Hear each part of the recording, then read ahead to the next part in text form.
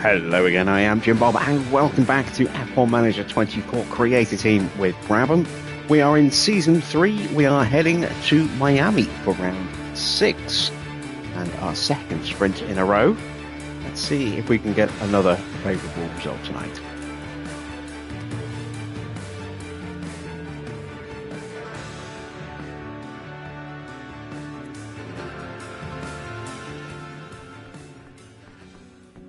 But before we get into that, we have some massive breaking news. About an hour ago, it was sort of breaking on BBC News, on the newspaper websites. There has been an agreement reached in principle for an 11th team on the grid in 2026. Cadillac will be racing, well, GM will be entering under a GM Cadillac heading. Mario Andretti will be on the board. But it will not be Andretti as a team. It will be GM Cadillac. I think Michael stepping down from day-to-day running has certainly played a big part in getting that put through.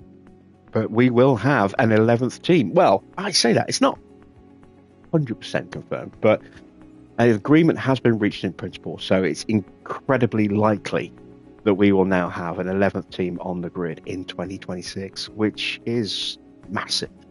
It's been 10 years plus, 10 years plus, more than 10 years since we last had more than 10 teams on the grid. So that is really, really exciting news. And it'll be interesting to see what that does to the driver market as well in 2026. Be curious as to who they're going to bring over as their driver partnership. We maybe see a return for Logan Sargent. Who knows? Will Valtteri Bottas maybe get a look in?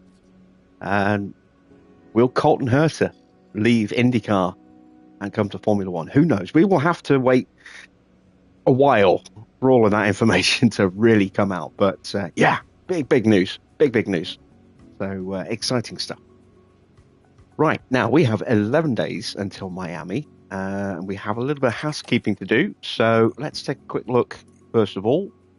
See, we destroyed a few parts on the car there in the last Grand Prix.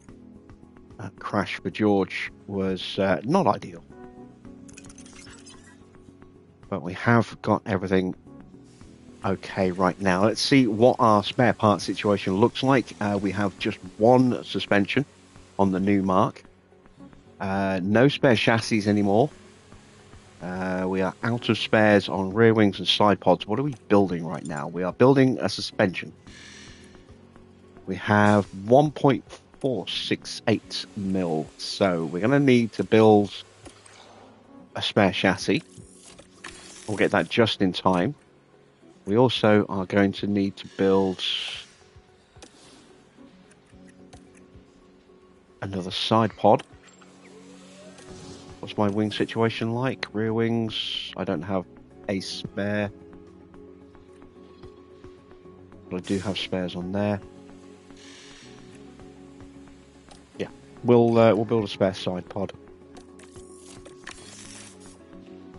There we go.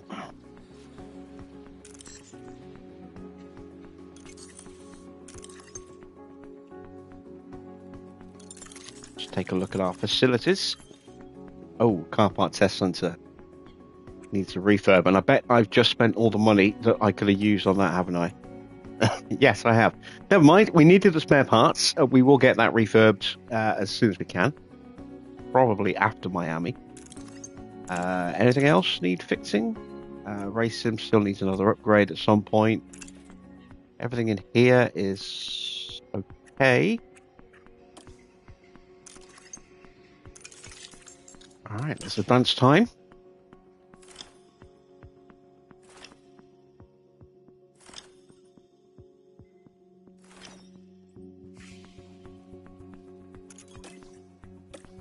Yes, and then we have low stock on side pods. We are building a new side pod right now.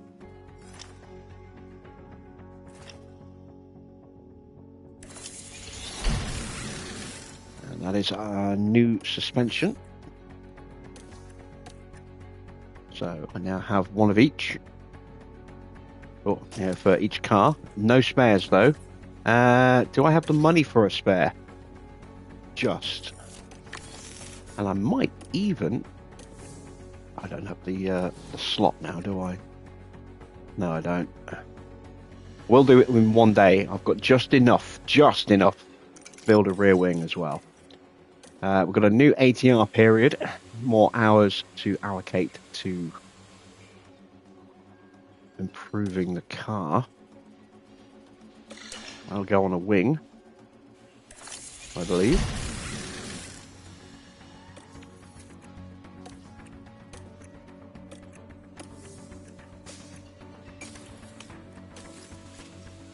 I'm just short. I'm less than 10 grand short.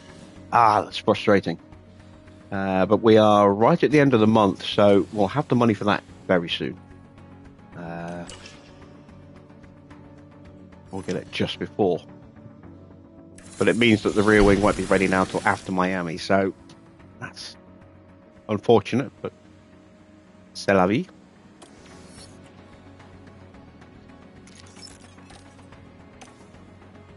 Alright, a little overview there. You see Oscar leading the championship over Ocon by 22 points.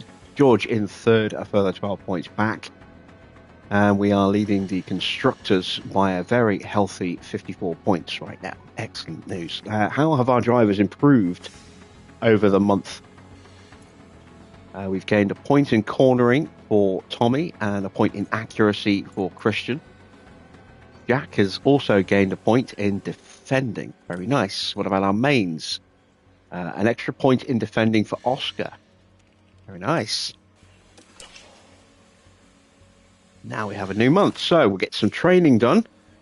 We'll get some extra cash. Now I can afford... Oh, my CFD sim's just gone as well.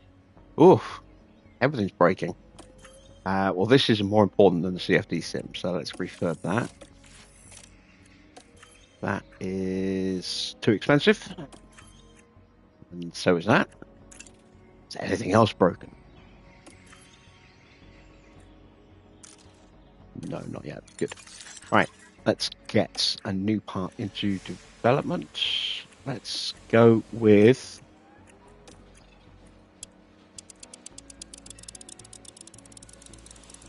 a big rear wing. Not going to go elite on this one. Just going to stick with normal. We're not going to go for an intense build because we do not have the funds for that. Let's make a little tweak here and there. We want to boost our drag reduction a bit. Also want to boost our DRS as well. Let's see. Airflow sensitivity is good. Would be nice to maybe boost the downforce a little bit more.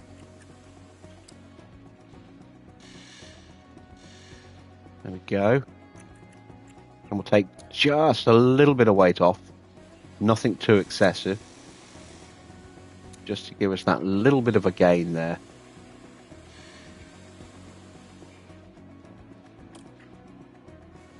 There we go. Wait, hang on a minute. Do I already have a Mark II, don't I? So it's underfloor. Underfloor is what I need. I haven't done an underfloor yet. Okay.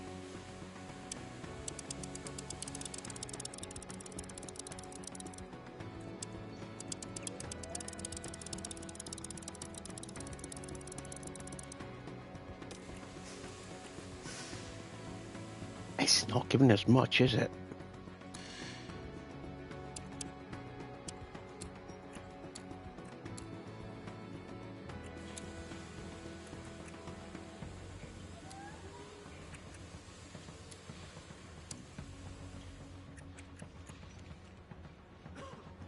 There we go. We'll go with that. That works, I think. I would like to go intense on this, but we'll have to go with standard. I don't have 3 million, and I do want to get this part started.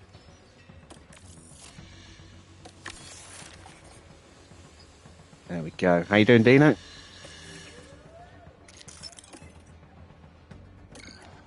Get our pit crew training in. So we are going to be nicely rested going into the Grand Prix. Excellent news.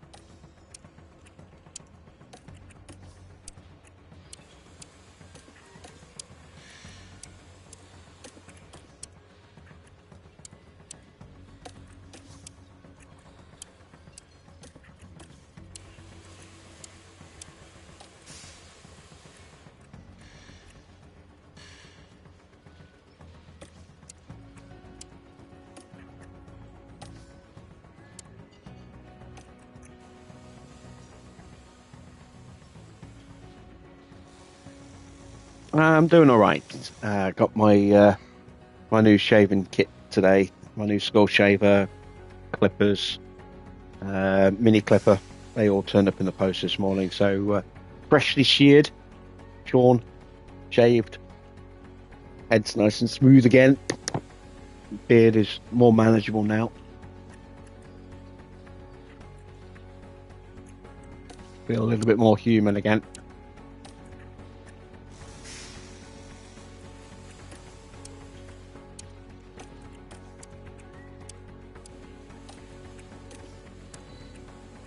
Hope you get over your cold soon. Nothing worse than feeling puny this time of year.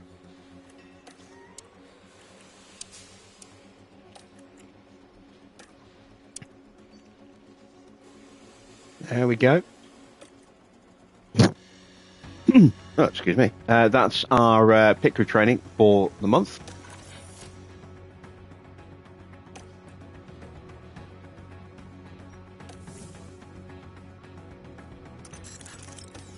Check the rest of our inbox.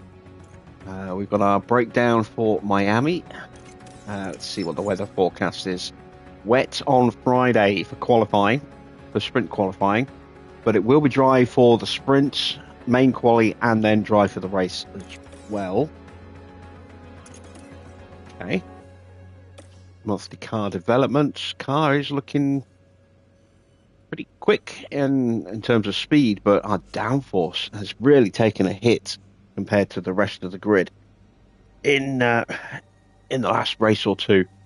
So the AI is definitely bringing some upgrades. They're starting to catch back up again after a slow start. And they are definitely going to be a problem for us, I think, until we can get some more upgrades on the car. Let's take a look at where we actually sit now. Now that the upgrades are coming in for other teams, we're now ranked 8th on the grid with Oscar's car, 9th with George's car. Ostensibly they are the same, no real differences at all.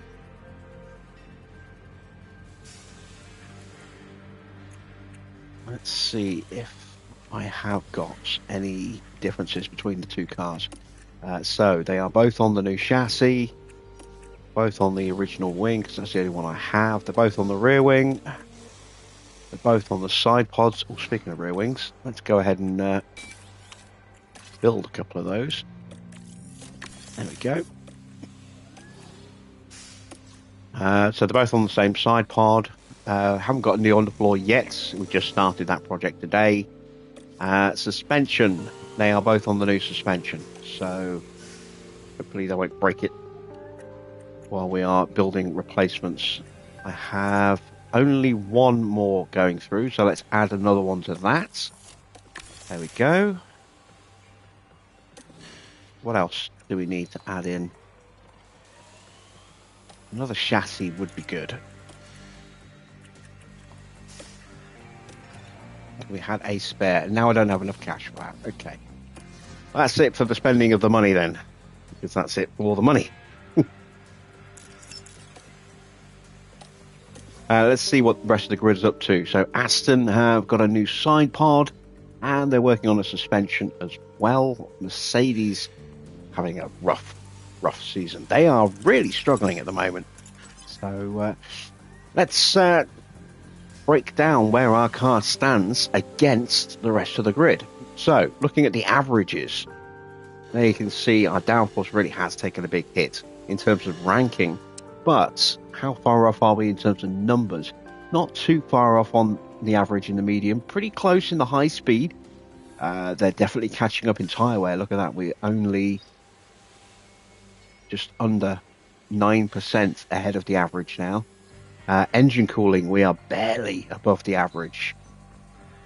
We do still have a little bit of extra speed, a little acceleration is minimal against the average. Our DRS is only a little bit better, but we've got a new rear wing coming. No, we don't. We've already got the new rear wing. Ignore that. So let's go team by team. So McLaren have been a huge threat to us in the past, but are a little off the pace at the moment. But their downforce levels are mighty. Their speed is the same as ours. Their acceleration is a fair bit worse than us. DRS difference is negligible. It's just over 1%. But yeah, they definitely have an advantage of us over us in the downforce, and quite a significant advantage in the medium speed.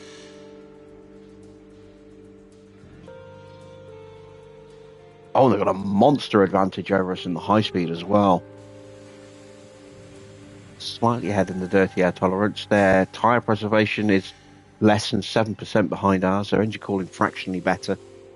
Yeah, that car's come on very nicely. Let's take a look at Ferrari. Slightly slower than us. Acceleration better than us. DRS, again, pretty close. They do have that edge in the medium and the high speed. We are working to improve those with our next round of upgrades. Very close in tyre. Well, actually, no, look, they're third in tyre wear. We're first and second. So they're the next best team in terms of tyre wear. They're still 6.5%-ish behind us. So we still have a decent little advantage in terms of tyre wear, but the gap is closing. How you doing, Tony? And we need to check Red Bull as well, because Red Bull are mighty. Yeah, definitely quicker than us, better acceleration by a long way. DRS, we're better than them. They also have very, very strong downforce. Not quite as strong as McLaren, but not far off. Not far off at all. Lagging behind in the tyre wear, nearly 10% behind us. But yeah, it's going to be tough fighting off the Ferraris and the Red Bulls. McLarens as well are looking a bit punchy. But let's just see if Mercedes have managed to take a step forward, because their car was abysmal. And it's a little bit better, but not much. Their speed's terrible. Really bad. Acceleration is not great, but it's a Mercedes engine. Mercedes engines aren't great for acceleration. DRS isn't amazing. It's middle of the pack. The downforce also pretty average as well. It's a very average car. Their tyre wear is still really bad. They're still over 10% below us. I think, who had the worst car at the start of the year? Was it Williams? Well, they've improved their downforce levels a bit. Sauber. We've seen Bottas putting in some mighty performances this year. That's the reason why. That car is quick. It's a bit of a rocket ship. Not great in the corners, but very, very quick in a straight line. Tyre wear is pretty strong as well in terms of ranking, but still a fair bit behind us. That's Enzo. Let's see if Valtteri's got more in performance. In fact, I think Enzo has the better car. He does. Enzo has the better car. So that's interesting. They are lacking some upgrades, it would seem. Aston have been pretty solid this season as well. They haven't been blisteringly quick, but they've been competitive. They've been scoring some points. Really bad in the low speed. decent in the medium and high speed, average in the velocity category there. Nothing really stand out on that car. And that's pretty much everyone we need to really look at. We may as well take a look at Haas as well. We haven't checked them out for a while. Not quite the rocket ship they had last season in terms of straight line, but very strong acceleration. Pretty good in the high speed. It's a decent, decent car. Nothing earth-shatteringly good, but nothing terrible. Alpine are really slow. I mean, really slow. They have the worst acceleration on the grid. And their speed is pretty appalling as well. Okay downforce, decent downforce, very good in the dirty air, but yeah, a little bit lacking in pace. And that, I think, is everybody except for RB. RB's car is not good. It really is not good. Worst on the grid in terms of downforce. It's not that handy in a straight line either. Yeah, RB have got a really, really bad car. Okay, so we're in pretty good shape then. Let's set our targets. So we want to go 8th and 9th. I think we can achieve that there. How you doing, Adrian? How you doing, Wayne? Good to see you guys. Once again, we touch down in Miami as F1 returns to the Magic City. We're in the state of year-round summer. The streets of Miami Gardens will come alive with the roar of racing, and the excitement is only just beginning. Don't forget, the schedule this weekend sees the drivers take to the track for an all-out sprint race. A good opportunity to clinch some crucial championship points. Sit tight then for the rest of the action. We're in the state of year-round summer. It's absolutely pissing it down. Yeah, it didn't say it was British summer. Oh, wow. Very heavy. Look at that. It's 4.18. Full wet conditions. All right. Let's get the car set. No rookies again because it is sprint weekend. We've got to get the car dialed in as quickly as we can. Still on the first engine here. On the first ERS and on the first gearbox. That's good. Let's go with 7, 13, 5. Let's go with a 3.7. We'll throw that all the way up. Bring that down to somewhere like that. And it's normally 17 laps. We're going to try and go for the whole session, so we'll go double plus a couple. So let's go for 38 laps of fuel.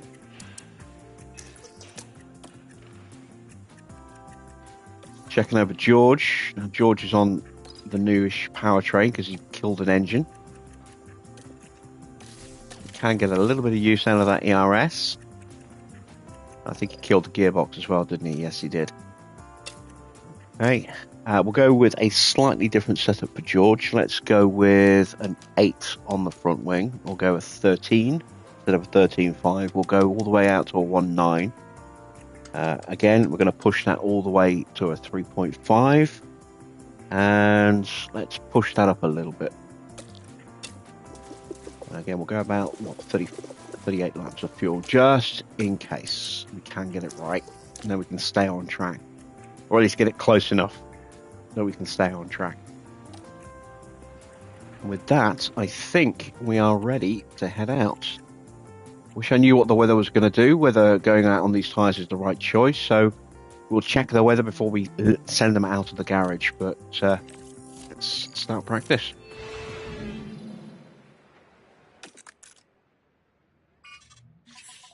It's going to fluctuate, but I think Inters would be a better choice of tyre.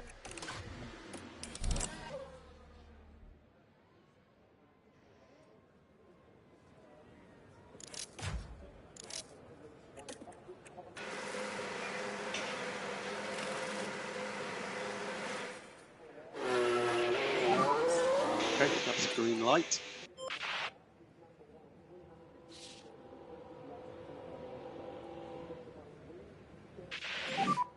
Radio check.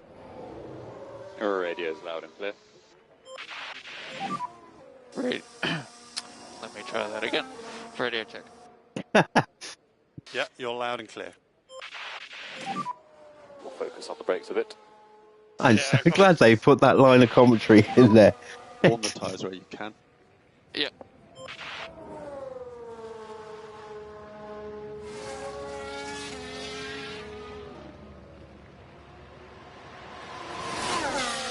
Like that shot in the garage. Yeah, it's a nice one. I took a screenshot of that. Might use that for a thumbnail.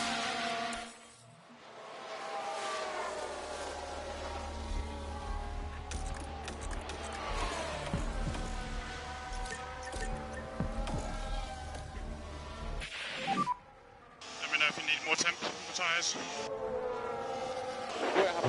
Was that a lock-up? No, Stroll doing Stroll things. Right, we're down at turn 5. And that's where they slightly run off the track.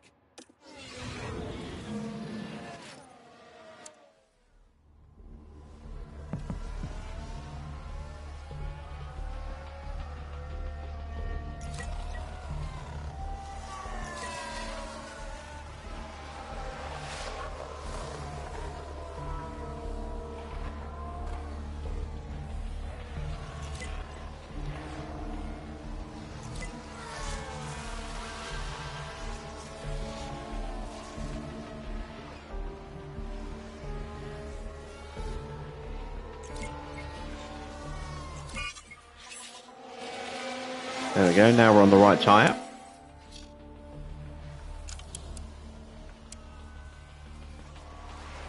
And we're the only ones who are. Right. Do we have So what rookies you like on the the grid? balance? Let's see.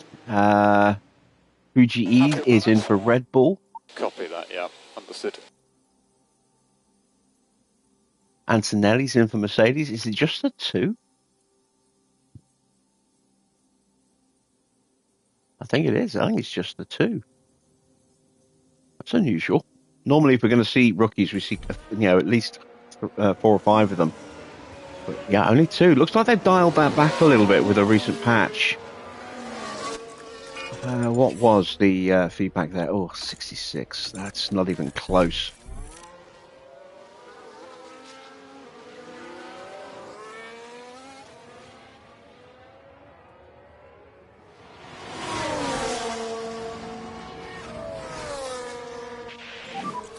Box to box. Stop any marks. 86. That's closer, but still not close enough. We're good on tyre temps here. Copy.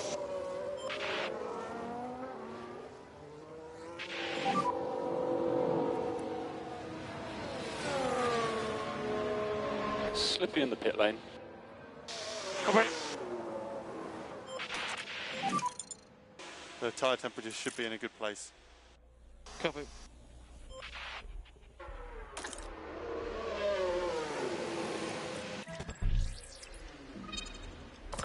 Right, so we're going to need a 13.5.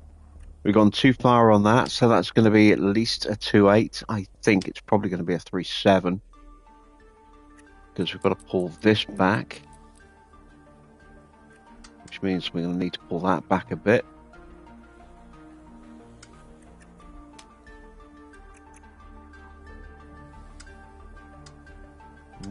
No, I'm going to leave that at a 3.5, I think.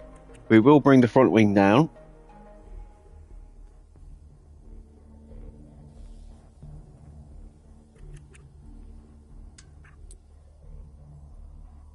Let's give that a try.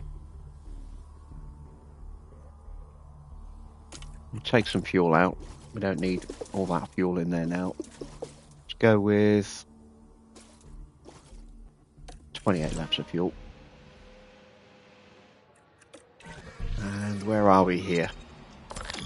So the roll bar needs to change. Now that could go either way.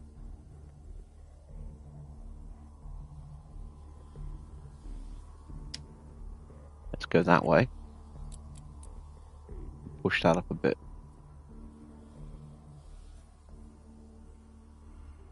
And that on its own might be enough.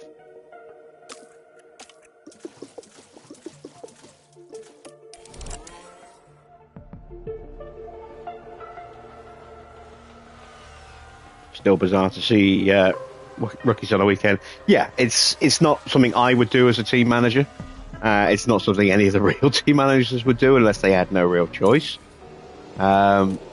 If a driver was absent through an illness or something like that, which we have actually seen this year. Can't remember which circuit it was, where Behrman ran for Magnussen. Was it Brazil? I think it was Brazil.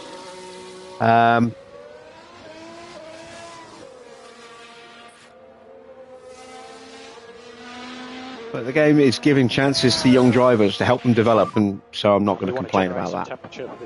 And it's hurting our rivals, so also not going to complain about that.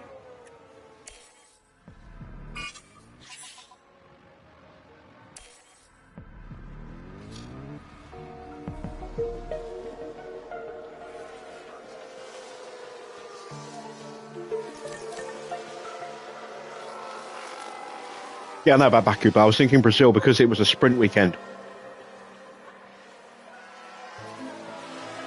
But he obviously took part in the sprint. It wasn't like he just ran for free practice and then Kevin got in the car for qualifying and the sprint itself.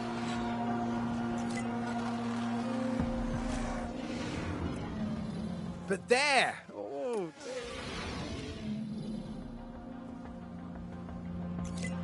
So we're going to see a component change for Porsche before qualifying, by the look of it. Van Dorn probably won't unless it improves.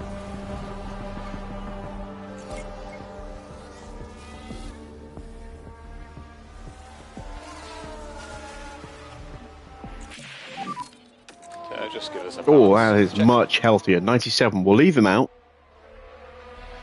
Let him run to the end. Can we get that lucky with Oscar?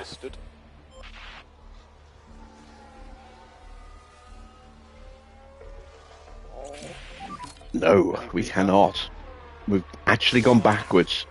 Copy that, Oscar. Well, we're going to make blind changes to Oscar. We'll leave him out. I want to get the time on track.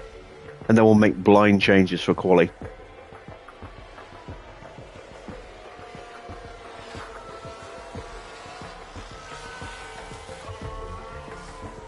We should at least have narrowed it down a bit.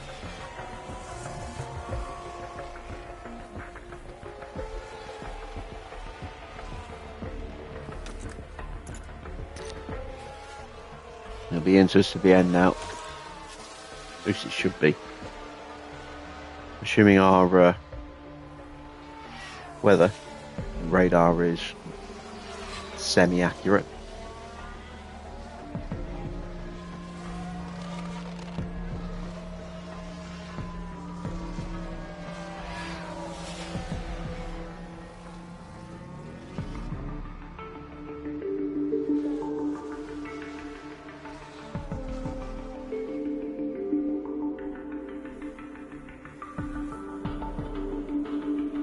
David and Harvey. Checkered flag is out.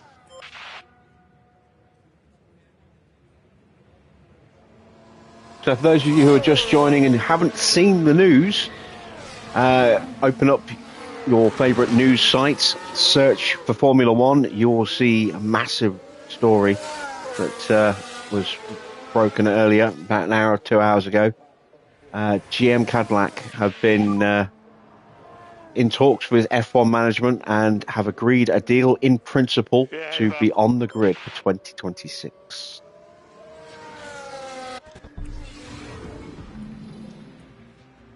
I haven't had a chance to read through the full story yet, but I have seen the cliff notes.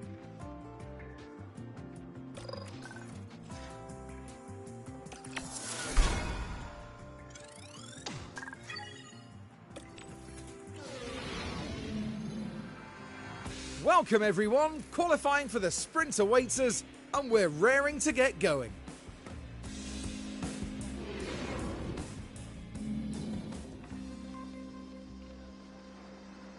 Alright, so going to be starting on inters by the look of it. Let's make some changes. So that is going to be a 4-6 then.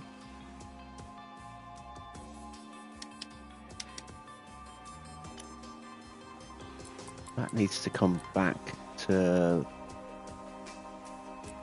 maybe there.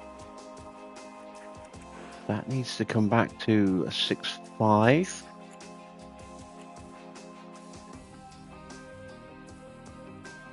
Yeah, we're going to go with that.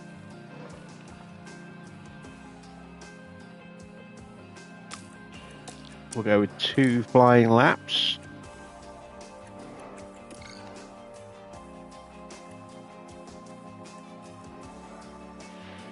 Push that up. No. Let's pull that down by 2.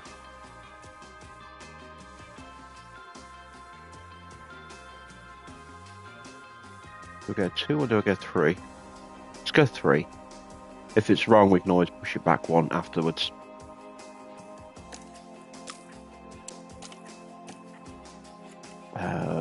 We need to change some parts. We're gonna stick with that engine,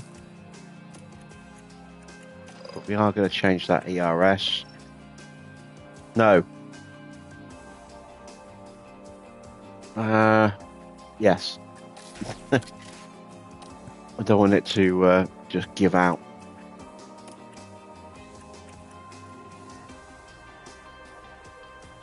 So it gives out in the sprint, or it gives out in qualifying, and I change it over, it will force a pit lane start. So there we go. We'll send them out. Let's take a look. Green light. That is going to dry up as the session progresses. We'll get them out for 2 laps now, and then try and get an extra lap in at the very end.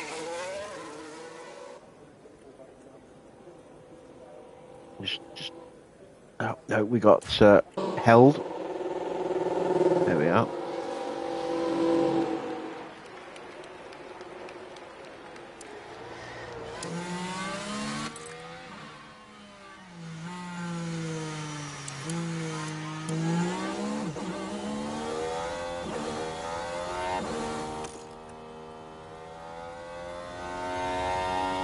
Whole grid is out.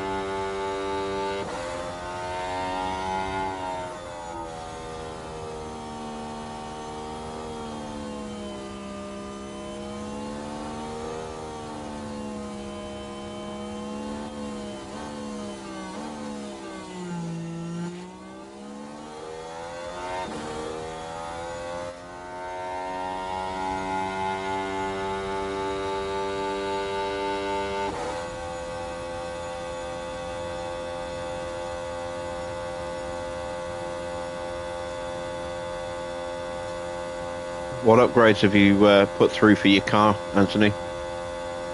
Where are you strongest? Where are you weakest?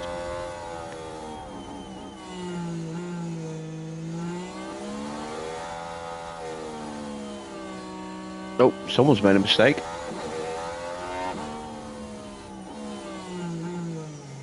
Let's take a closer look. Lock up for Logan. Really treacherous conditions out there. Very heavy on the brakes. What caused that, I wonder? Heavy foot. You've got no upgrades on the car yet. Did you not have any money or something? Oh, you're still in debt. Oh, wow. Tyre temperatures are good. You're at the end of February and you still haven't got Good gap. your debt cleared. Yeah, you're in trouble. Let's go. Happy with temps. Track is all clear. Good to go.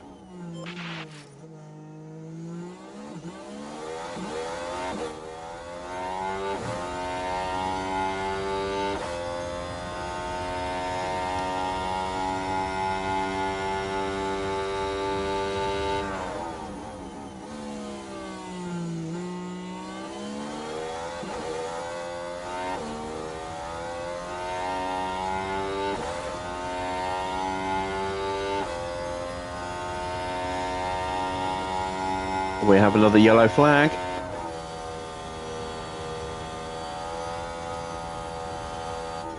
Stoffel. So we're heading now into turn 5. Oh, and they need to be watching those track limits. They've That's got what to be Stroll careful did and watch the car there. in practice.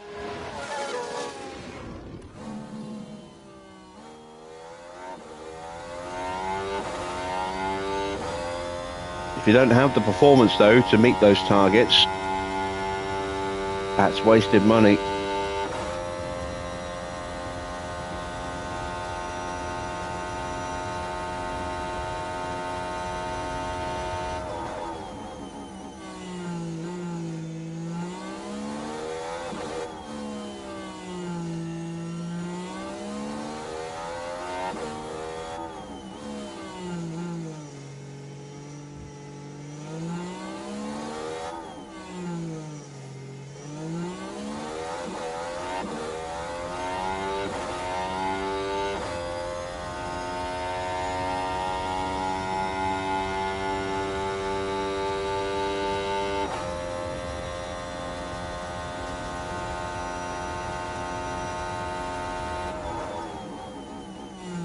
Alright, so Oscar goes top,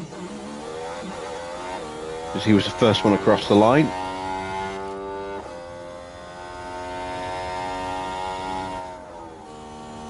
Russell goes second. What's the gaps? Half a second behind.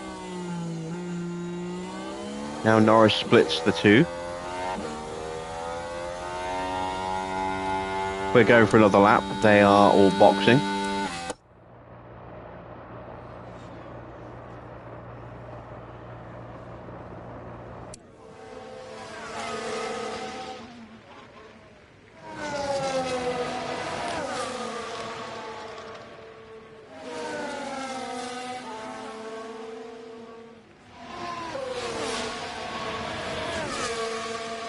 George has actually slipped a fair way down. Ocon's gone quick. Ocon's gone very quick.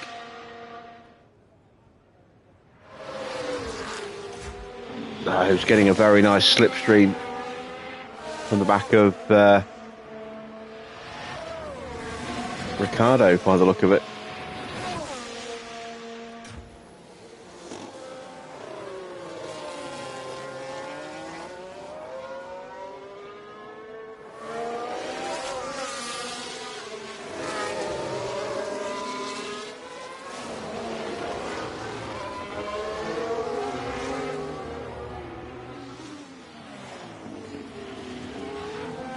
So they should move out of our way in a moment. Oscar, you've got a clear track ahead. So Oscar, happy to open a lap. A little bit of bunching. Good to go.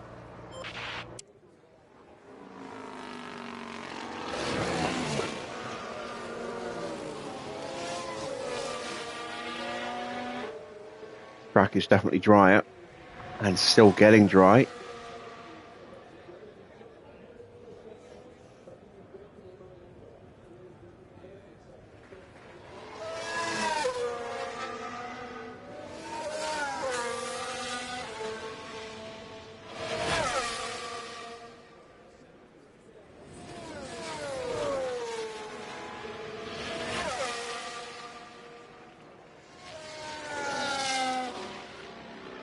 We should comfortably be first and second here.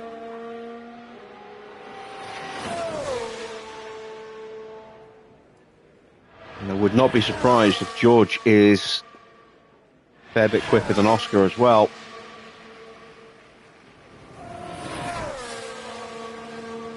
He's always going to have a better conditioned track than everybody else. Well, I say everybody else. He's always going to have a better conditioned track than Oscar.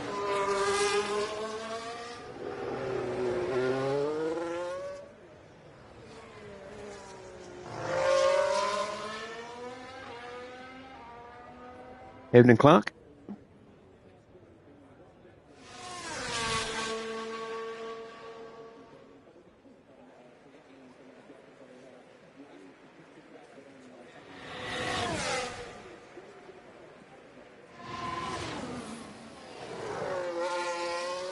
There we go. P1. Comfortably faster. George is going to go even quicker still. By a tenth. So that's currently P1.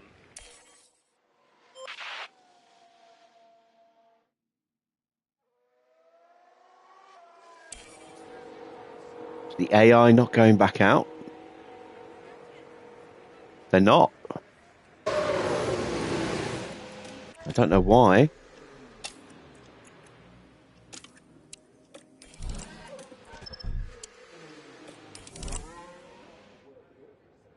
Yeah, it's too late now. They haven't gone back out. That makes no sense. But, you know, we're not going to look a gift horse in the mouth, but it does mean that Hamilton is out of qualifying. Now does not have enough time to do a lap. Well, nobody does, but he is P18 behind Sargent, and then it's Fittipaldi, Lawson, Perez, and Van Dorn who will also go out. Bit of a shocker there. But great news for us with one Ferrari way down the order.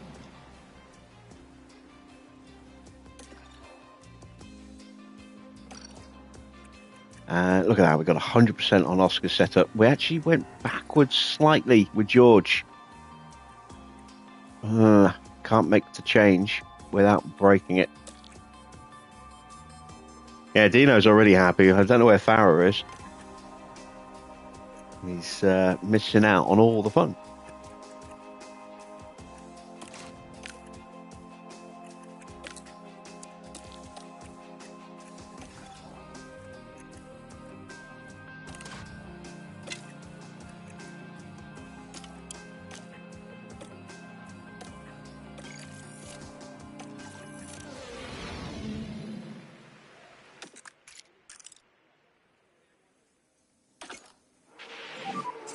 Okay, Oscar, so the track will go green now.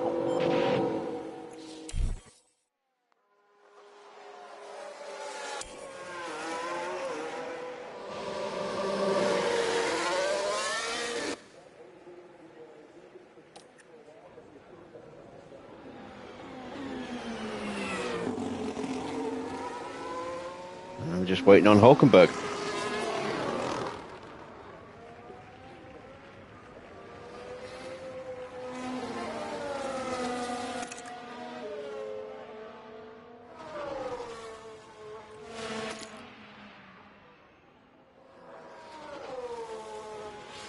Great weekend of racing, yeah.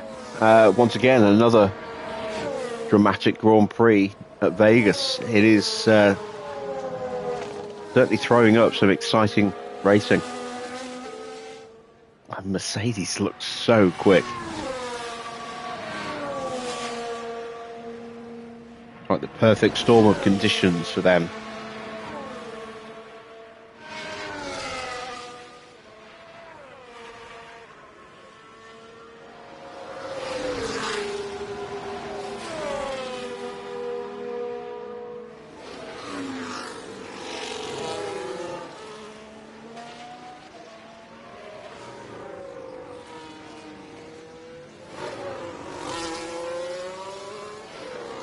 And just 2 weeks left now.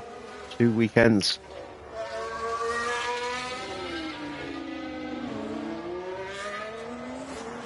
Did like the fact that Red Bull basically took a hacksaw to their rear wing to try and make it more low drag. Tyre temperature's still okay at the moment. We're happy at this tyre temperature. We'll keep an eye on it. And drive straight out, the track will be clear. Let's go. Surface temps are good. So we've got 8 seconds of clear air ahead. Good to go. Not everyone was trying that. No, they literally took a saw to the rear wing because Red Bull didn't have a low spec wing, you know, a specialized low spec wing for, you know, for cost cap reasons. So, you know, they wasn't really an issue for them last season. They had a massive performance advantage, but this year, with their advantage having disappeared, it was definitely more of an issue. But you know, if you look at the tracks where they would use it, it would have been Vegas, Monza, maybe Baku, maybe Spa. That's it. 4 circuits. So they opted against, again, it's like a pretty regular policy for them, creating an ultra low spec wing, whereas other teams had ultra low spec wings, which were a lot more refined and therefore better. So they literally took a saw to the rear wing to cut out sections to make it less draggy. And you can see that if you look at rear shots, and you can see where the sponsor logo is actually missing part of the word of Oracle, where they chopped through some of the letters. All right, third for Oscar. Where does George go? Third. Knocking Oscar down to fourth. We're going to do another lap. The rest of the grid is going to box and probably won't go again. We could just box now, but we'll do the other lap as well. Why not? We'll get the track in a slightly drier condition, I hope. And as I say that, it's actually getting wetter.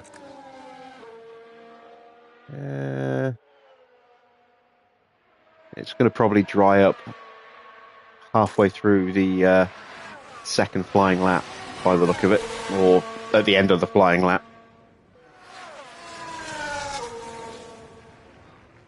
Norris now in the danger zone, and I don't think he'll have time to go out again if he chooses to, but they didn't in the first session.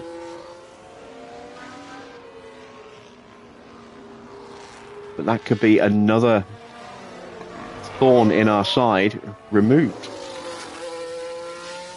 and another, top contender out way down the bottom of the grid. See, they're all piling into the pits.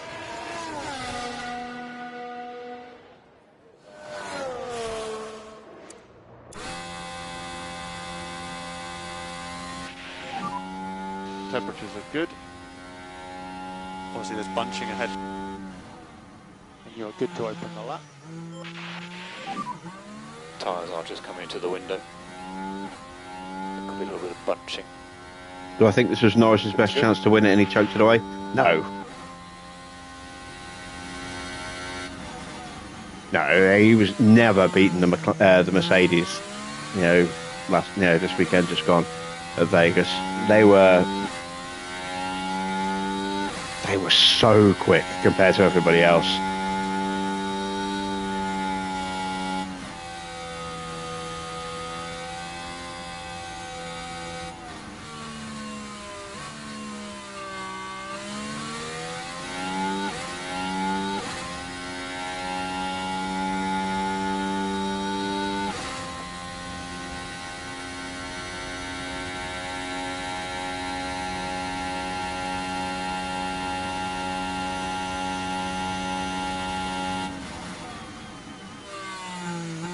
Yeah, Lando needed a win, really, to keep his title chances alive. I mean, he could have mathematically stopped Max from winning, but he needed the win to score as many points as possible, and that was never going to happen. Without that, he would have just delayed the inevitable.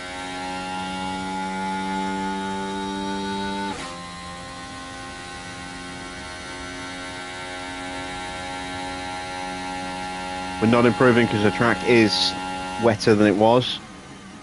So I'm just going to abort, pull the cars in. No one else has gone out. It's too late to go out as well. So, Norris out with Zhou, Stroll, Gasly, Verstappen and Hulkenberg.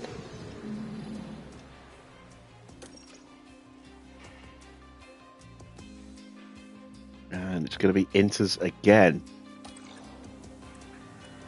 Going to go with a new set of tyres. We're going to go for 2 flying laps.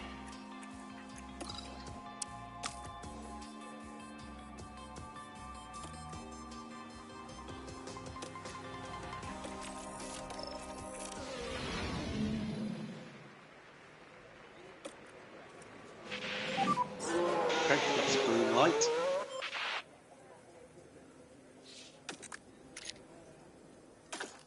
Ooh.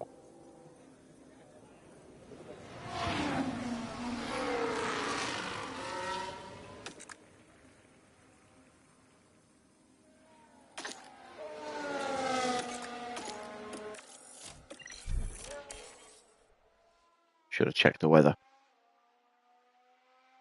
before I sent Oscar out.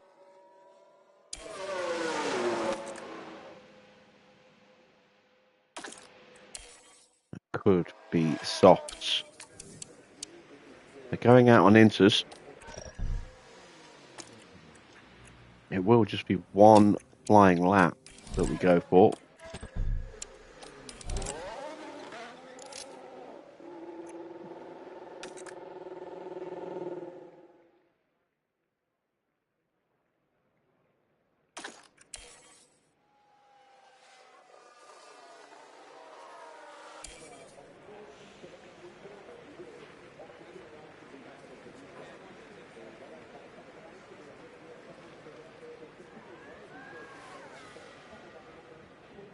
Where's the rest of the grid? They haven't gone out yet.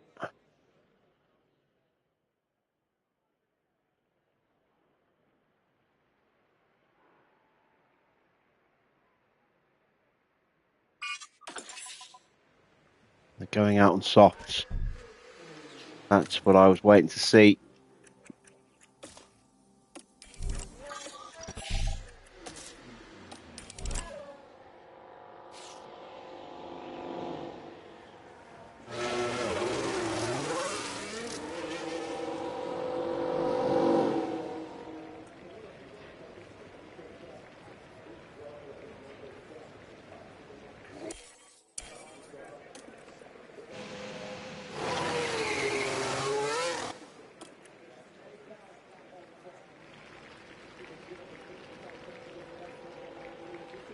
Just hope I've got enough time to get round.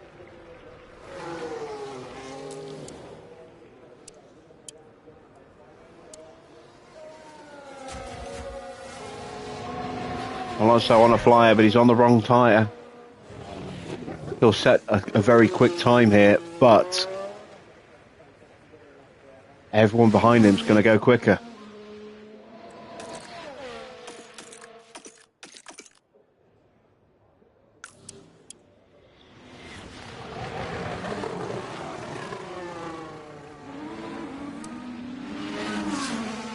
Tsunoda's tyres are probably cooking themselves a bit now.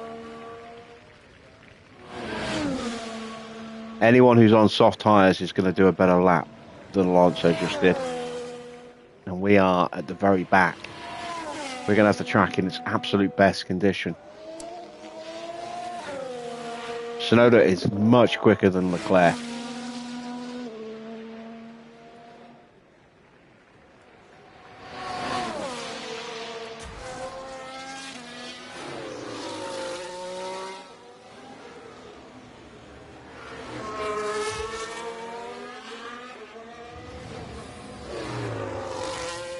Should just about have time with George here.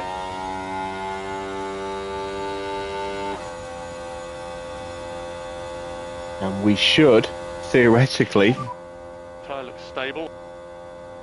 be getting a 1-2 here. Let's go. We're happy where we are on tyres. Circuit is all clear ahead now. It's going to be really tight. We are going to make it just.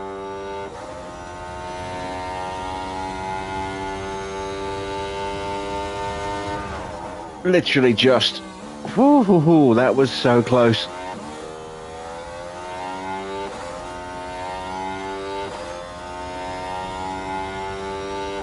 Time to absolute perfection for George there.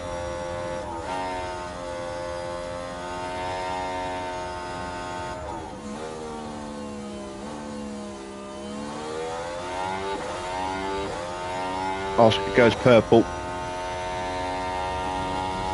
He's quicker than George. The track isn't getting any drier. This is it. This is the ultimate condition now for the track.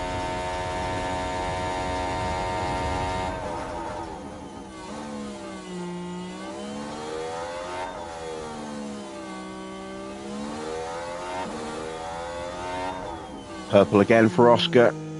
Again, George not quick enough. Ricardo is 3.5 seconds quicker than Alonso. Bottas takes provisional pole. Pourchaire's only third. Here comes Ocon up to the line.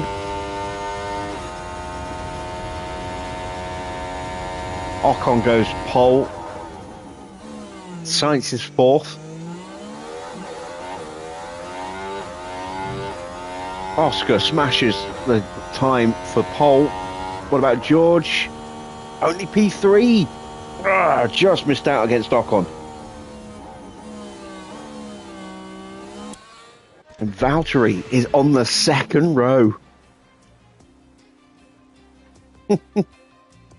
So it's Oscar from Esteban, then George from Valtteri, Daniel, then Carlos, Teo, Alonso, Tsunoda and Leclerc is in 10th.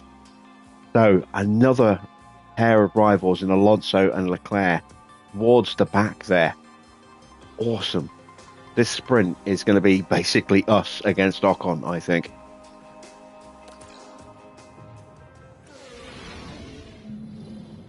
Hello and welcome as our Grand Prix weekend continues, and the sprint will soon be upon us.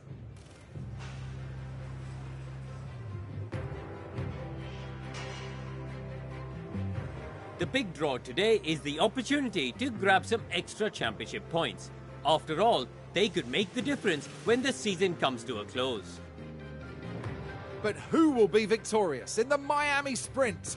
We'll soon find out.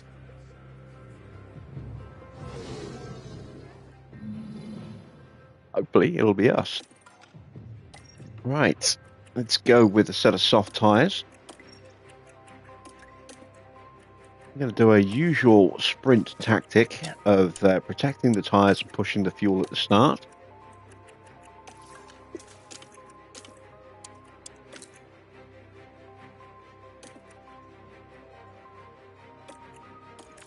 Let's go racing. Evening, Farah. Here in Miami, it's time for the sprint. And it's lights out and away Oh, what we a go. rocket start for Russell.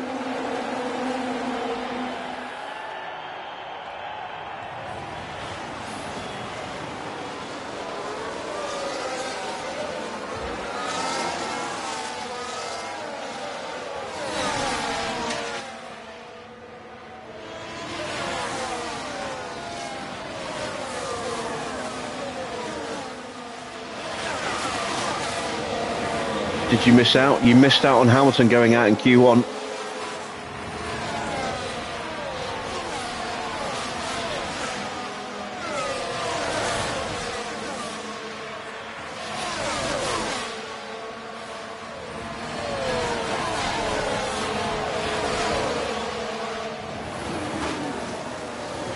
So Ocon punches through. Who's on what tyre? Ocon's on the softs. Ricardo's on the softs, Norris on the softs, everybody else on the mediums. Evening, Cloud. There's still opportunities here.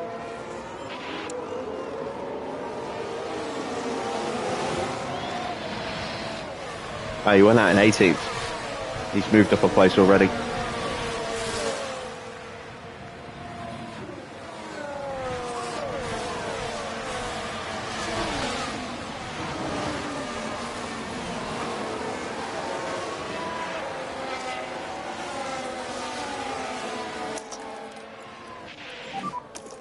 Overtake is available. Covering. DRS enabled. Currently P2. Car ahead is Ocon. 1.1.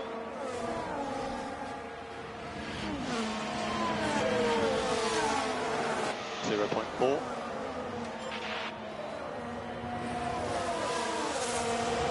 So you may have noticed adverts are back. My channel has been remonetized. I've managed to get my identity verified now with my passport, and got my bank account verified as well. So they said they're going to send me something through the post. I'm guessing that's going to come from Ireland, because I know Google's HQ around this part of the world is in Ireland, rather than from the States. You're on premium, Wayne, that's why. But yeah, I can finally start earning again, which is nice. All my videos were completely demonetized for 2 or 3 weeks.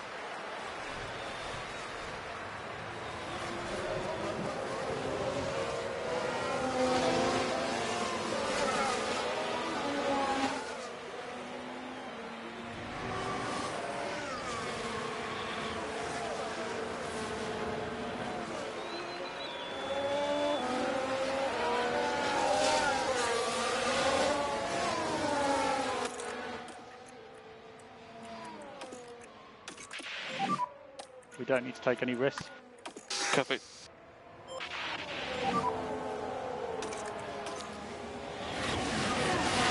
Yep.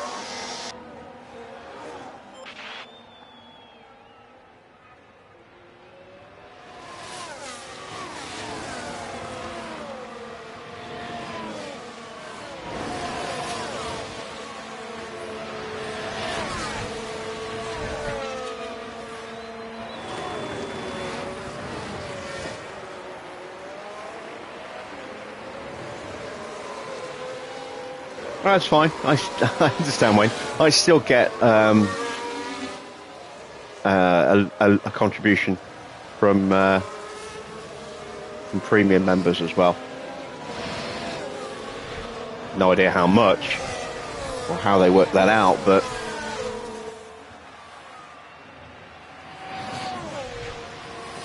just know that it does get included.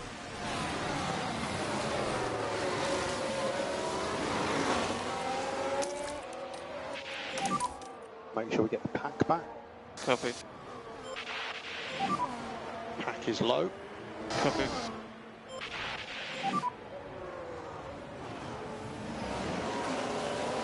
Copy.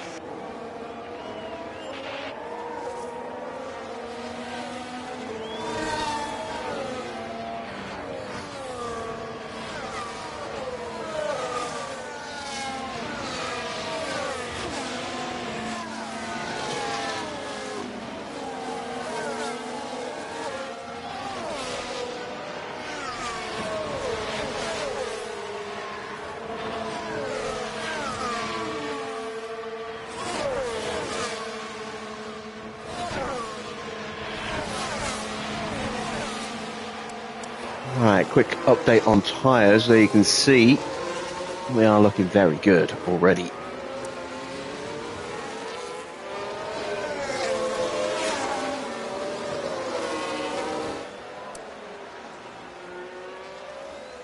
Just outside of the DRS of Ocon, but we will start to reel him in. Yes, Cloud. Brought that up a couple of times right at the very beginning of the stream, and then again about 20 minutes ago. Exciting news. First time we'll have more than 10 teams on the grid in over a decade.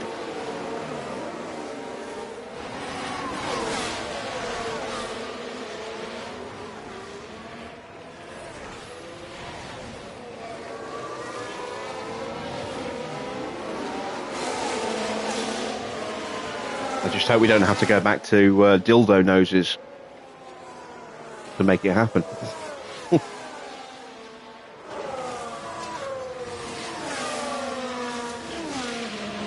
It was some of the ugliest F1 cars I've ever seen.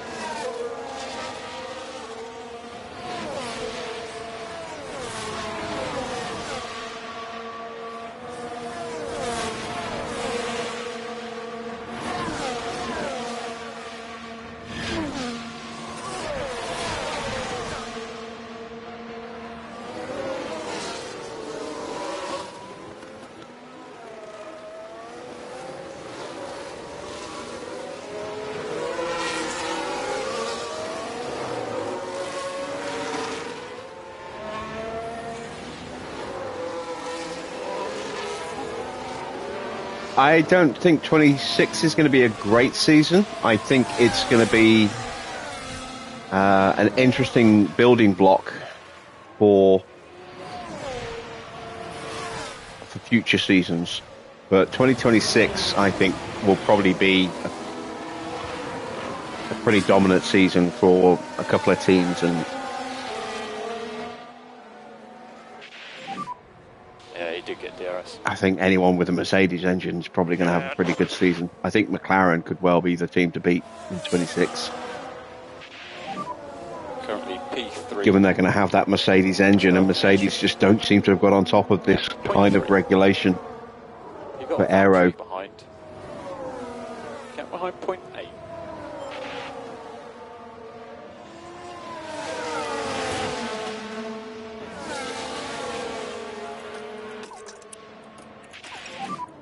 More lift and coast.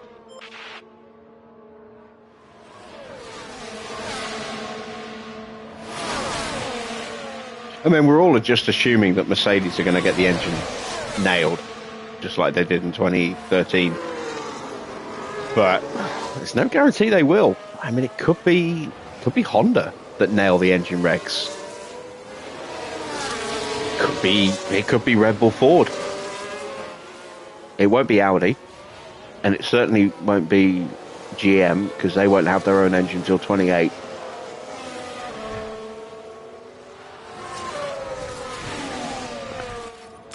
Science in the wall, I think. There's been a crash.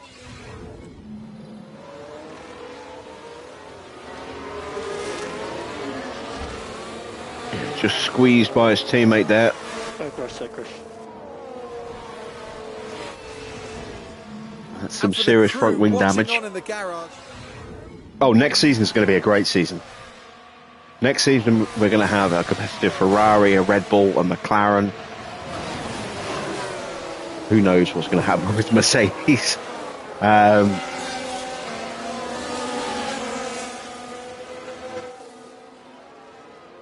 yeah, we're going to have, I think, at least a three-way fight for the title next season in terms of the constructors.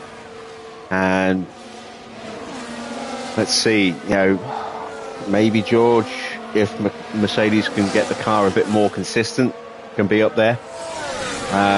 Certainly both McLarens will be up there, both Ferraris will be up there. A Red Bull will be up there. Depends who's going to be in the second seat.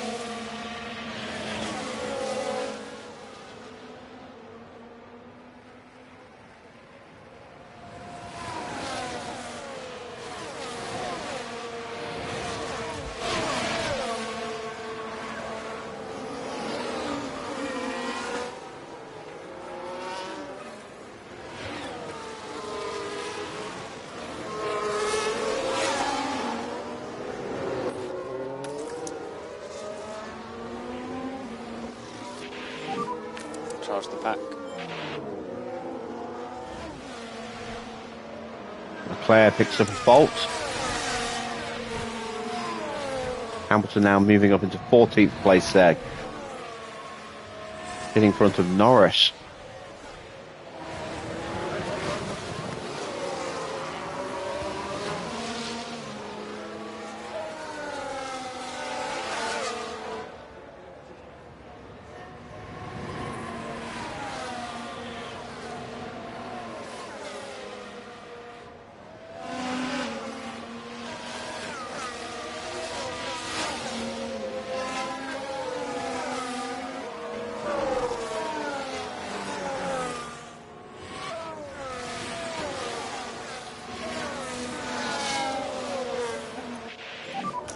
Tyre temperature management looking very good. George, recommend we start bringing the battery pack up.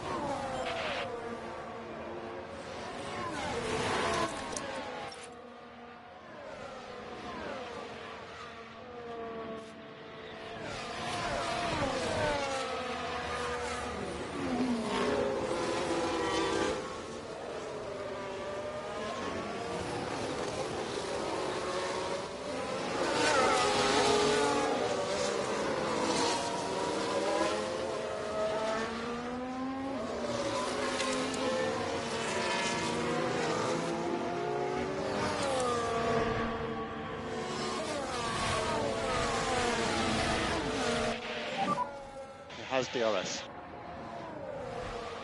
Yeah, cool.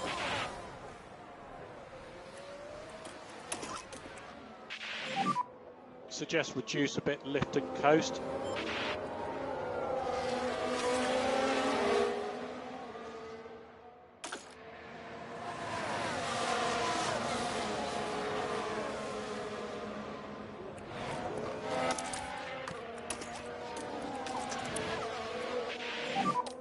Suggest increased LICO.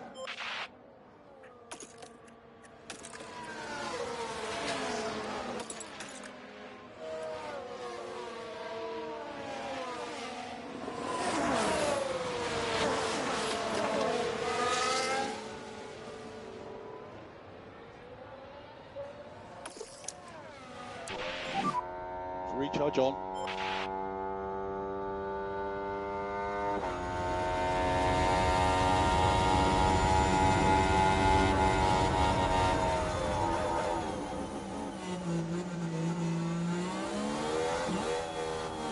Virtually to the 19th. What were your targets from the sponsors, Anthony?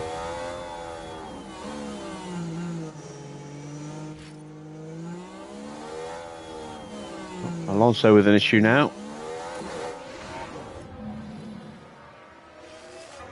I got hot deployment.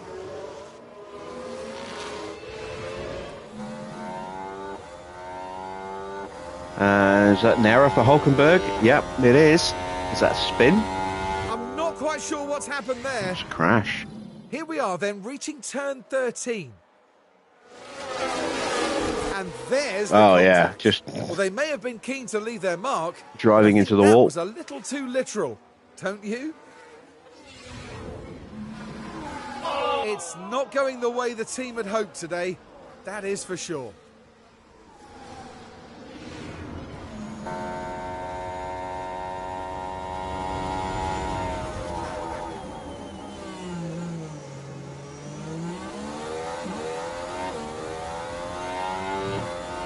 We are starting to reel in Ocon now.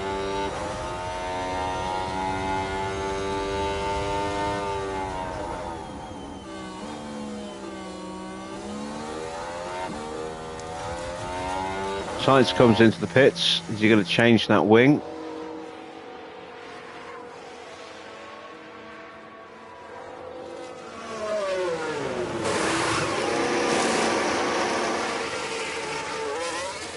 No.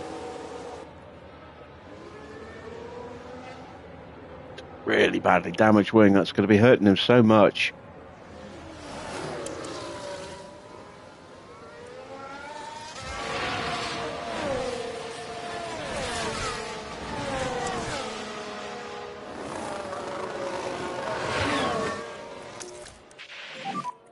Recharge on. Yep. Overtake is available.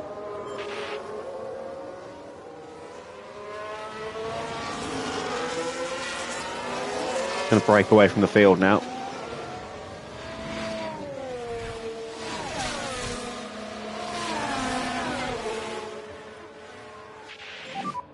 He has DRS. Yeah, copy.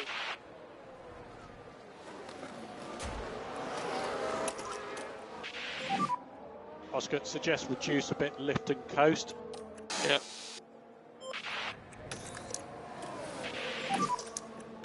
Everybody recharge on. Copy. We think you can manage more.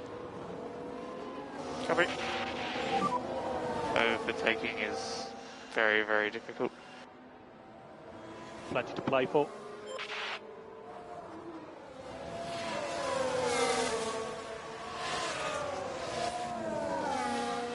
Another fault.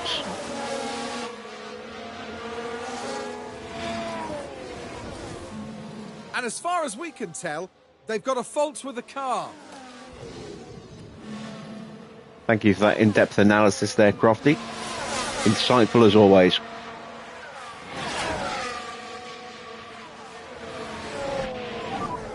Next car is Russell. I'm a little worried about the engine temps being so high. So we think there's still opportunities here.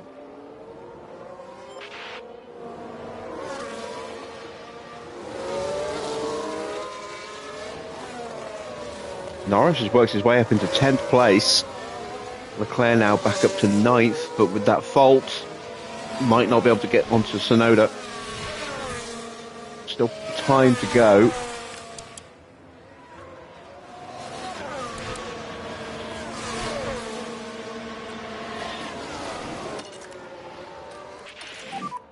So happy to push now.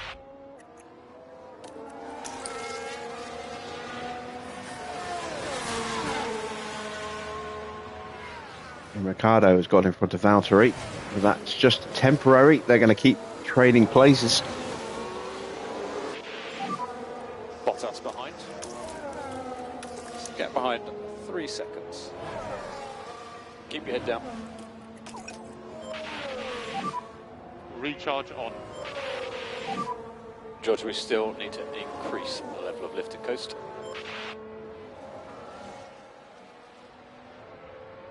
You weren't miles behind the points places. Well, yeah, I mean, after the regulation changes at the end of Season 2, beginning of Season 3, the field bunches up a lot. So, a couple of really good upgrades could see you jump up the rankings quite significantly.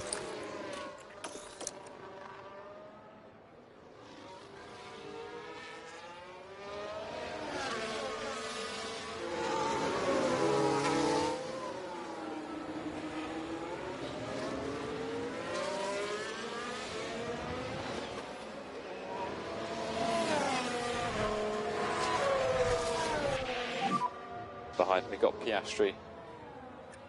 Gap behind 0.6.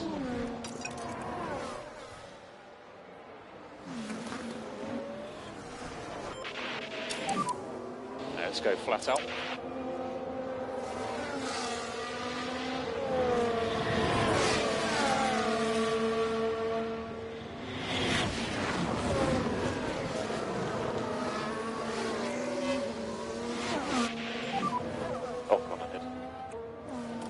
Gap 0.8.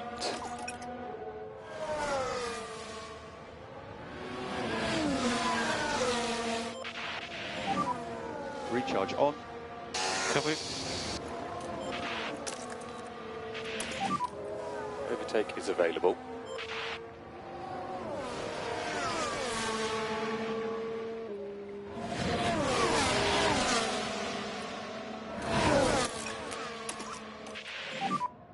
Oscar, you can reduce the LICO slightly. Copy.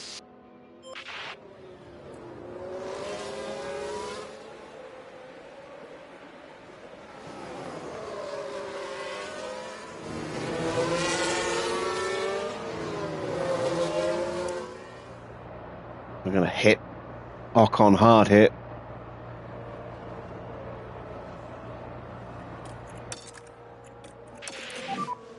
Let's give it everything now.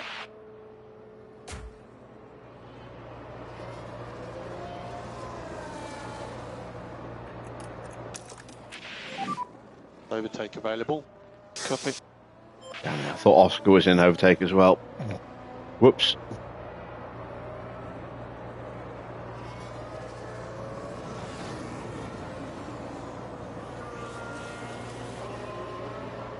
And we shoot on through there instead. And we push him offline. So we'll open up a gap pretty quickly here too. Okay, next car is Russell. 0.9. Okay, we don't want to lose too much time.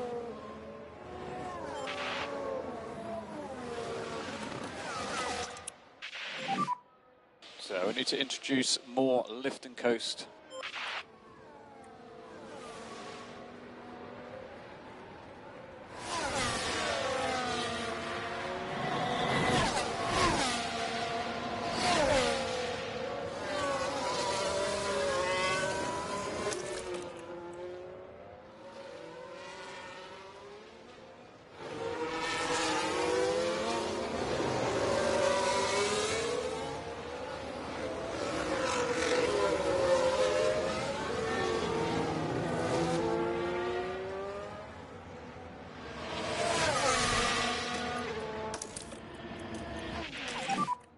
Recharge on.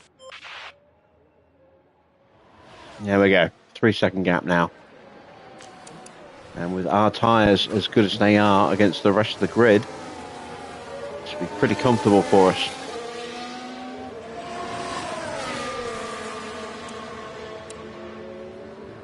New fastest lap for Oscar.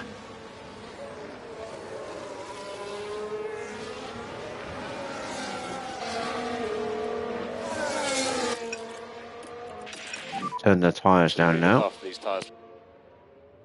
Yeah, copy.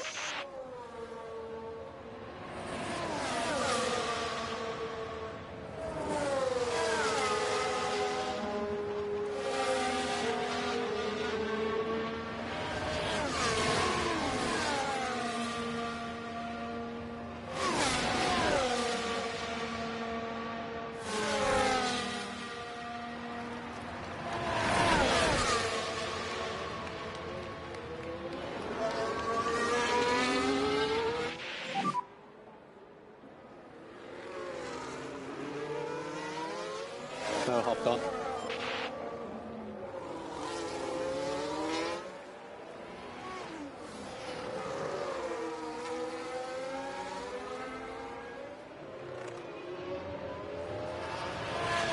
Ricardo has the tyres, but not the pace, I think, to catch Ocon. Certainly while he's scrapping with Valtteri as well. Neither Ferrari in the points. Norris has got himself up into 9th now and is closing down on Tsunoda. They're trying to stay with him. Hamilton in 12th. So it's still 5 seconds off the back of the pack. His tyres are starting to fall apart. P1.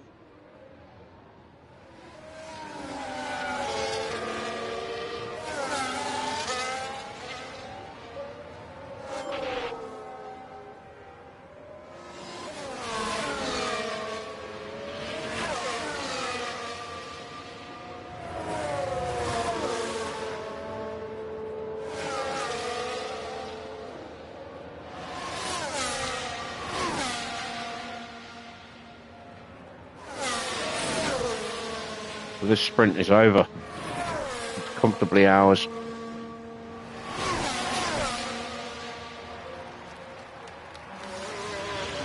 Now we can qualify well.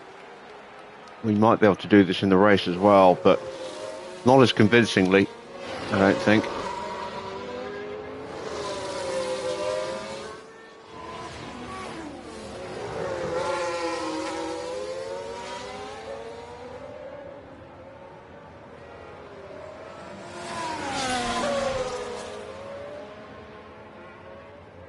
And we are just going to leave them to it.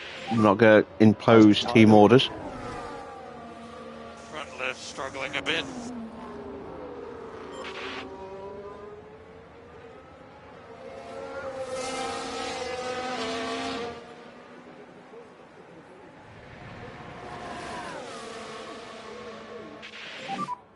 He has DRS. Copy, okay. Oscar always seems to get George at the end of the lap, and George retakes the position at the beginning of the lap. But it's that crucial bit in between, across the line, that Oscar's usually ahead.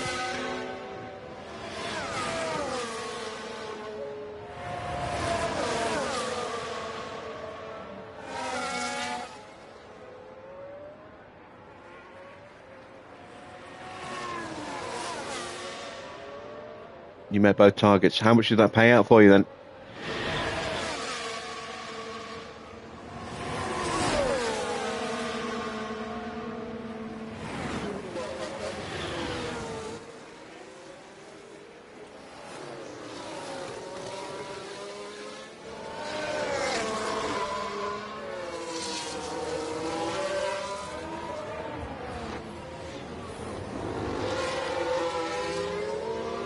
This time it's Oscar who has the position here.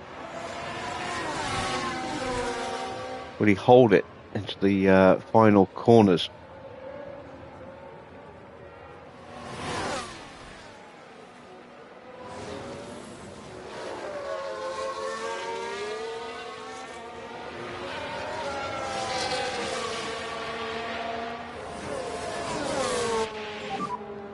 Has DRS. Yeah. Once again, George goes through in turn 1.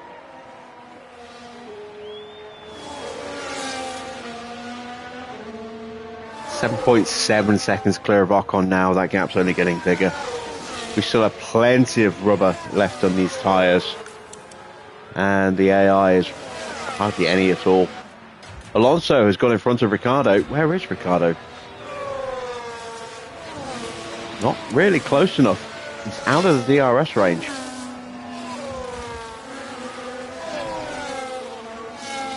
Norris all over Tsunoda. Leclerc's been left behind and is being pressured by Stroll and Hamilton. Norris rescue a point.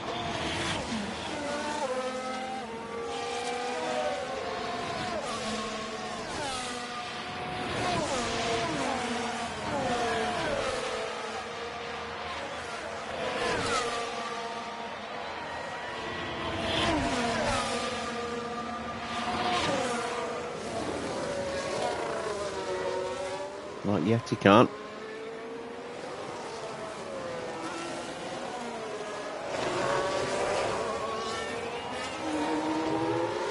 And we're now 9 seconds clear.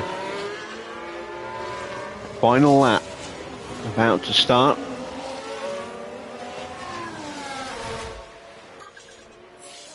Once again, George is going to dive bomb Oscar into turn 1.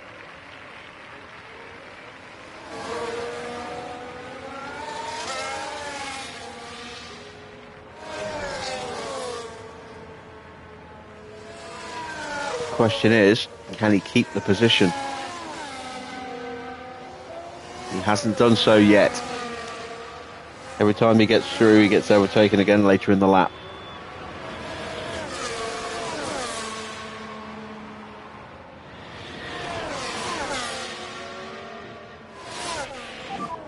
Gap 0.8, he has DRS.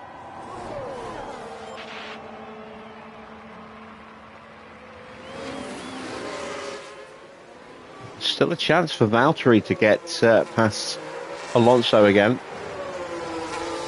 Norris has now slipped away from Tsunoda. Tsunoda's pressuring for share. Leclerc's down to 12th.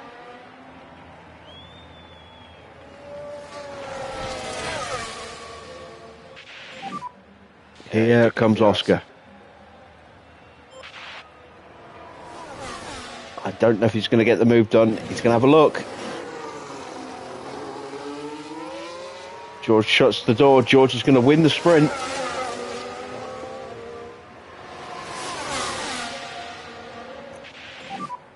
Deep breath. You're going to be okay.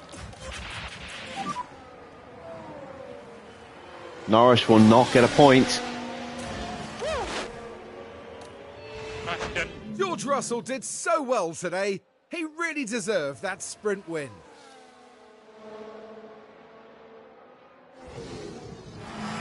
That was a fantastic effort. Really well done.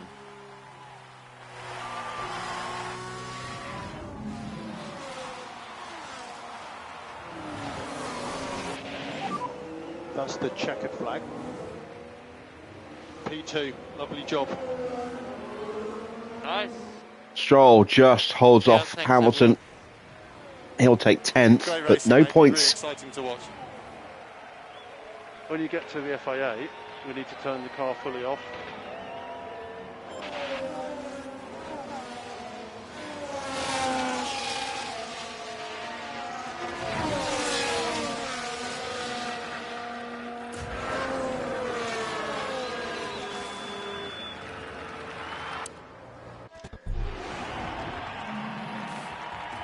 And that's a well-deserved sprint win today for George Russell. And what a well-deserved P1 finish that was. Absolutely outstanding. So then confirmation of the sprint results. George takes the win from Oscar. Ocon gets 3rd place. Alonso at 4 places to take 4th, ahead of Valtteri and Ricciardo. Porsche in 7th. Tsunoda in 8th.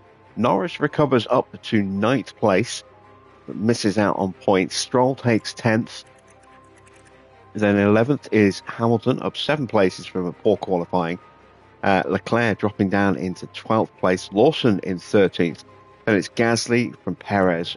Joe from Fittipaldi. Verstappen, Van Dorn, Hulkenberg, Sargent, and Sainz all the way at the back after breaking his front wing. We're moving on now to the all-important qualifying session.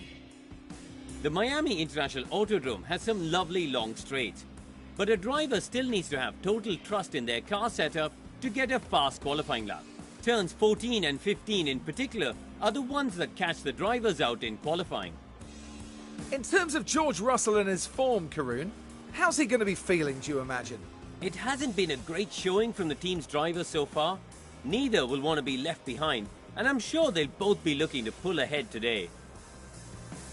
Fortunately for us, it's nearly time for them to hit the track.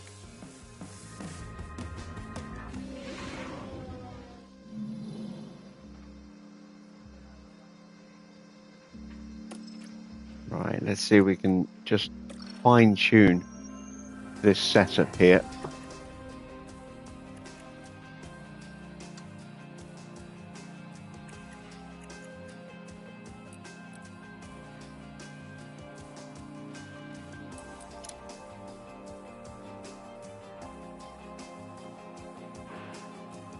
Gonna go with that, I think. See how that works.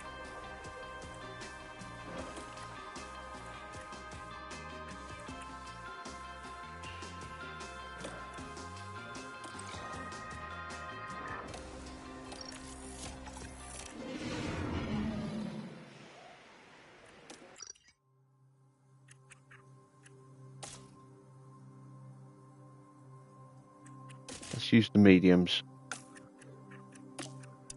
We'll do 2 flying laps.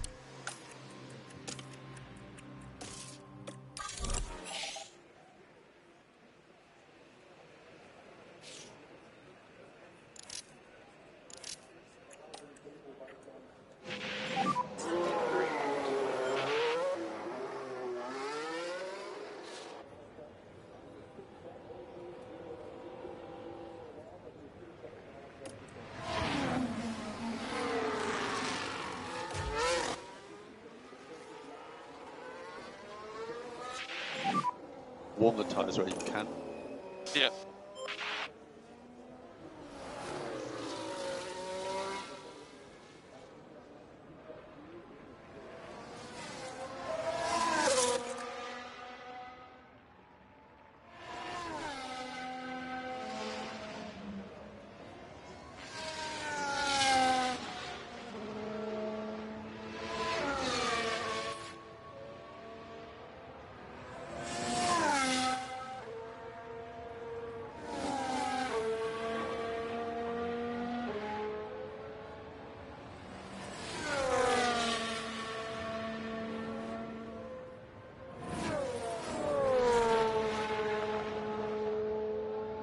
I'd like to think that these mediums will be enough to get us through.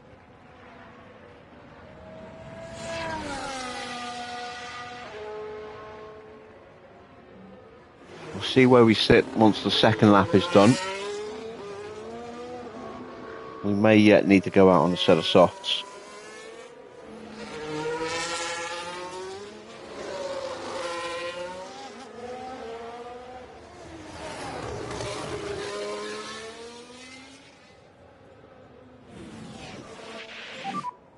Tyre temperatures are in a good window. Oscar, you've got a clear track ahead. So Oscar, happy to open a lap.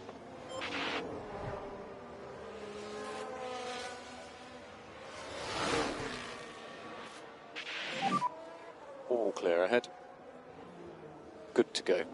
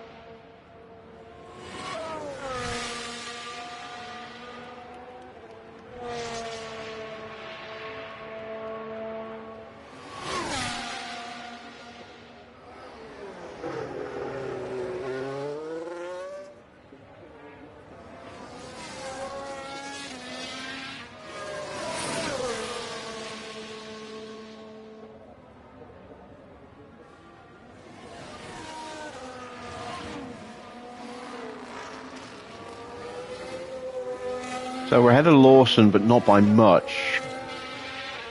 Russell's actually slower than Perez. That's not encouraging in terms of outright pace. Must admit, I was browsing my phone, so I don't know if we got delayed at all. I don't think we did.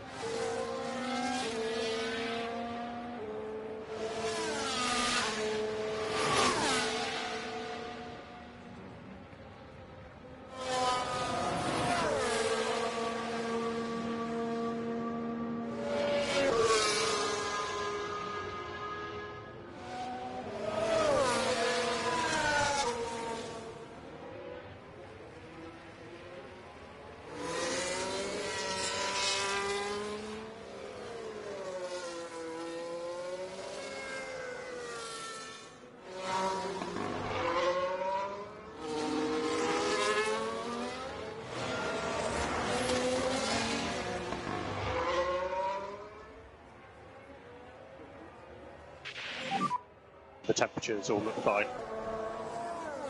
And drive straight out, the track will be clear.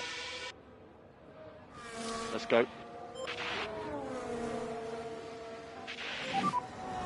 We're happy with the temps. A few cars up ahead. Good to go.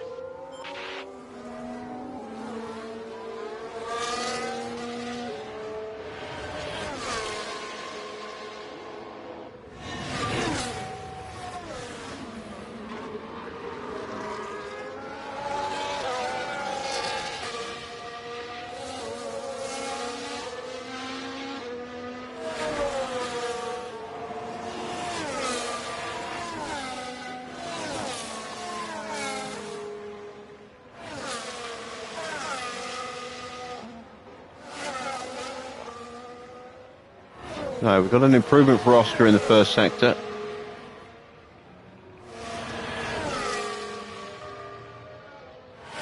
No improvement for George, but he might get a slipstream here down this straight. Piastri's still top, but we haven't really had a benchmark time set by anybody yet. Ocon might be about to cross the line. One of the RBs is, or Red Bulls is. Leclerc goes top, and he's not that much quicker than us. Well, Alonso is. Could be a strong end to the lap for George here.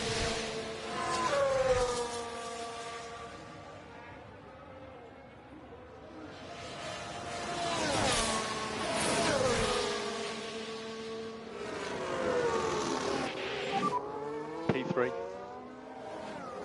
Looks like a nice lap, Oscar. And a normal fuel save on the in lap. Russell does not improve. It's not enough. He is going to have to go again. But decent benchmark. Yeah, copy, all good.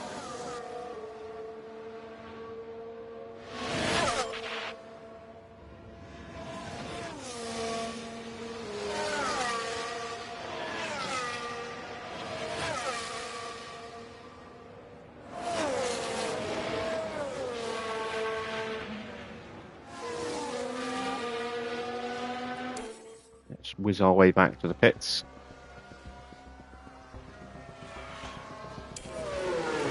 Oscar might be safe, but I do not want to take that risk, just in case something goes horribly wrong.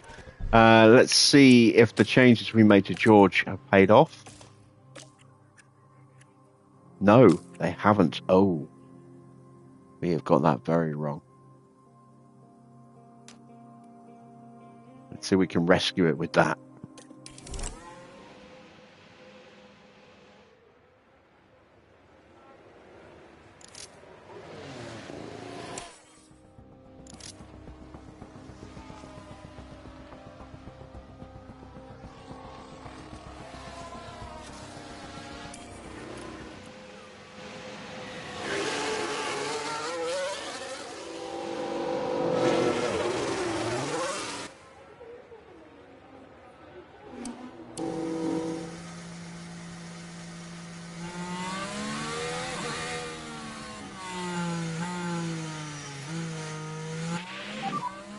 We want to generate some temperature for this outlap. Coming. Wake up those rear brakes. Coming.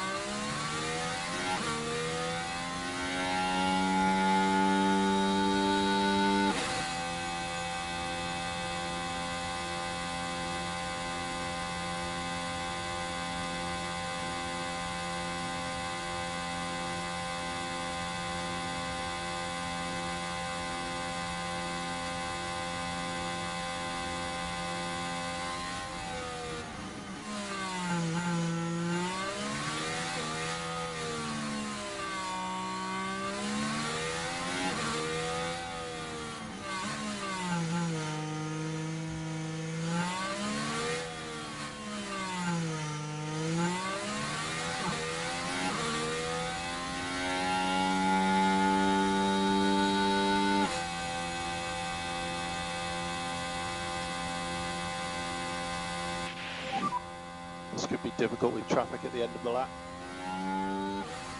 You're good to open the lap. It's all clear ahead. Good to go. Right, this is going to be our only attempt on these tyres, so we need it to be a clean one. Luckily, all the cars in front just pulled into the pits, so we've got a nice clean run, at least for the first part of this lap.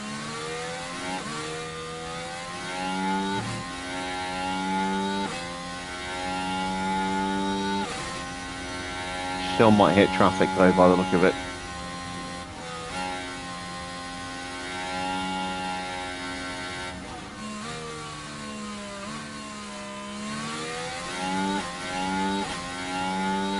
Purple for Oscar. Personal best for George. Perez pops himself up into 6th place.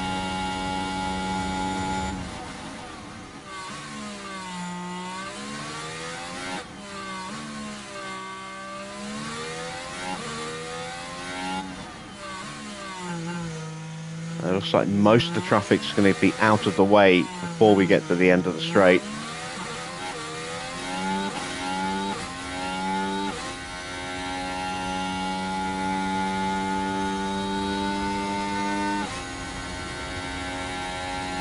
Oh, maybe not.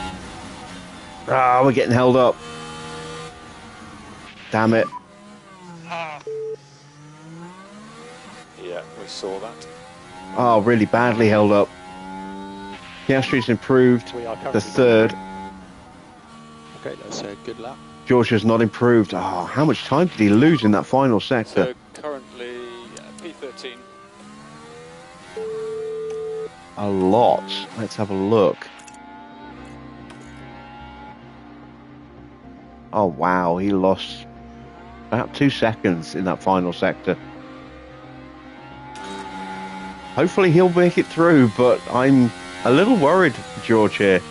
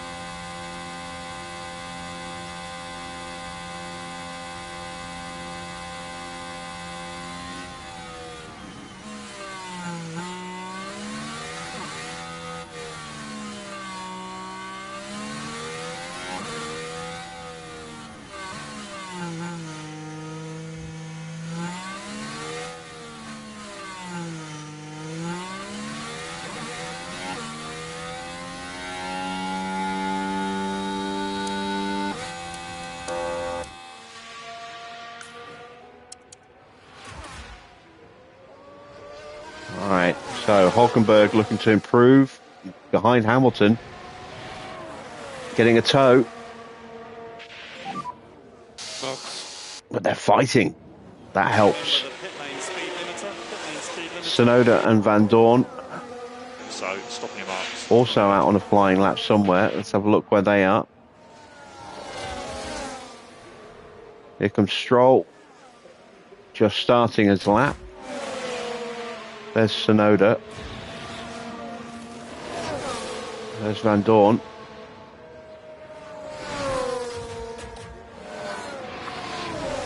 And Hulkenberg's lap is ruined. He got really badly held with some traffic.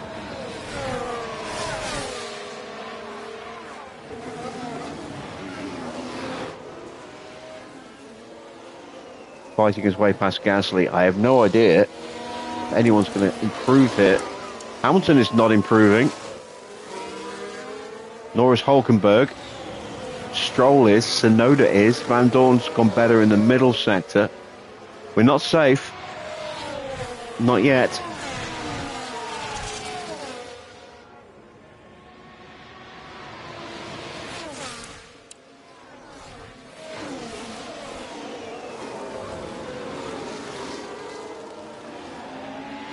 But is it going to be another early exit for Hamilton?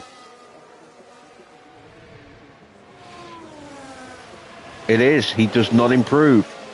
Hulkenberg doesn't improve. Sonoda goes through and knocks Hulkenberg out. And we are now safe, regardless of what Stroll does. But can he knock out Norris?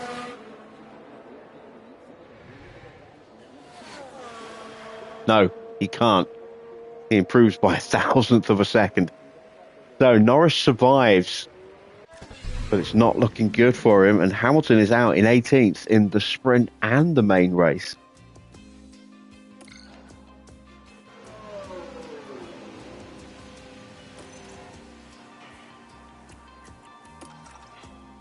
All right, we did manage to rescue that a little bit, but that's as good as it gets. We can't revert back.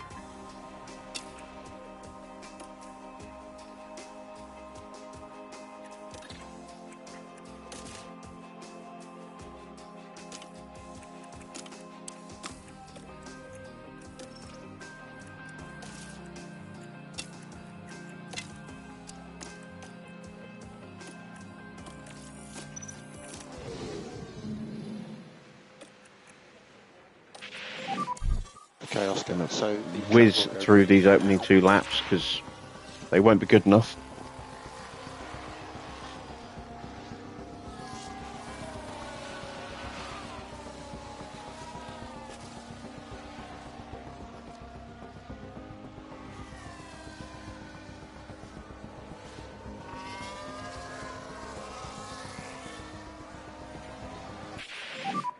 P8.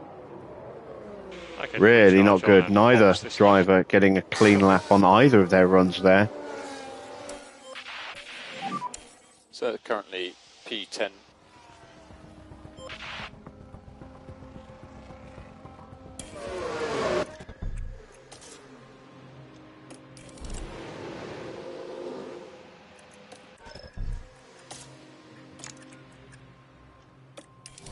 Oh, damn it. Meant to change the fuel load for both cars there.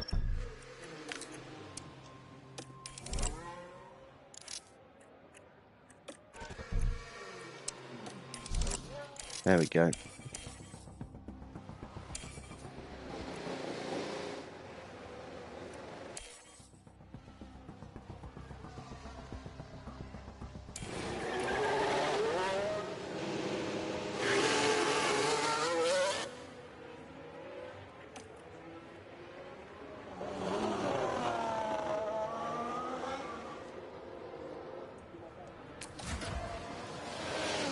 Max trying to sneak out behind Oscar.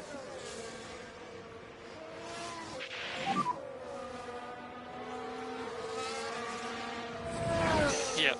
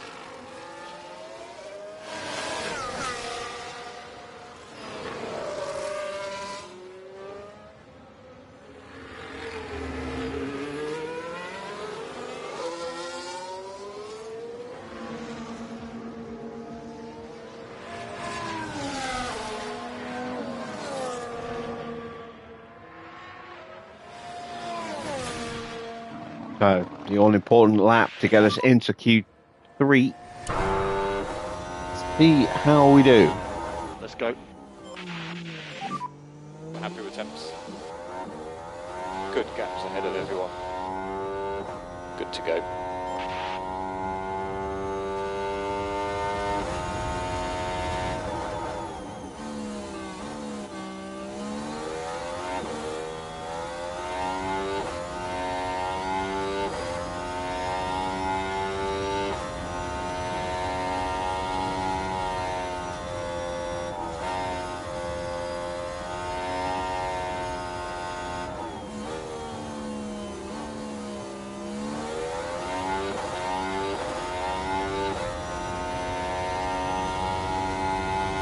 Have a yellow flag. George goes purple.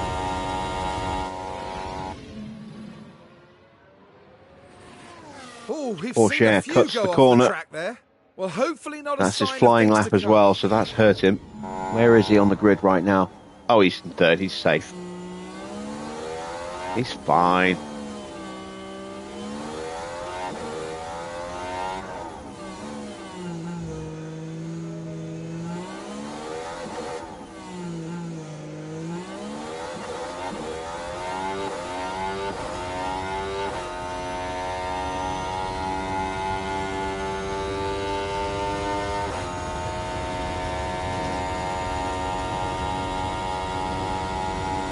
Gasly gets through into the top 10. That knocks out Logan Sargent.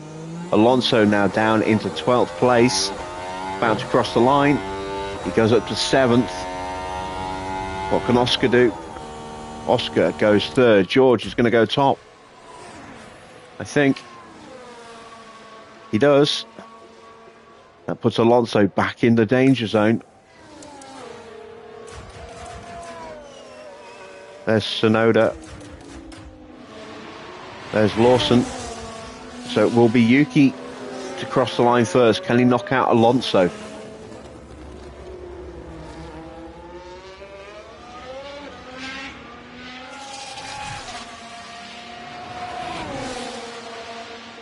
Might get a little bit of a distant tow here from the back of Leclerc.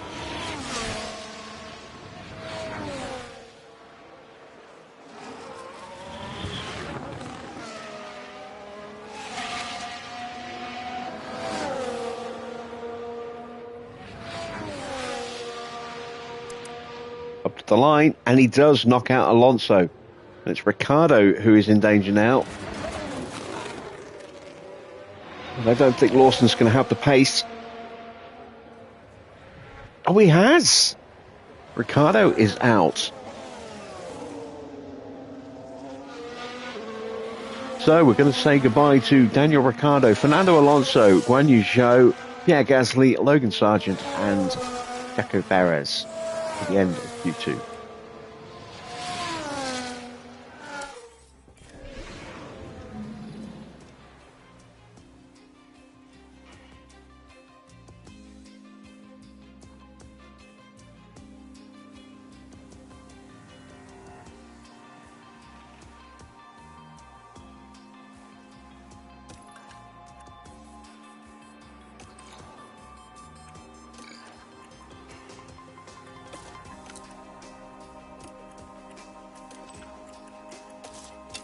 Okay, scrub tyres for the first run.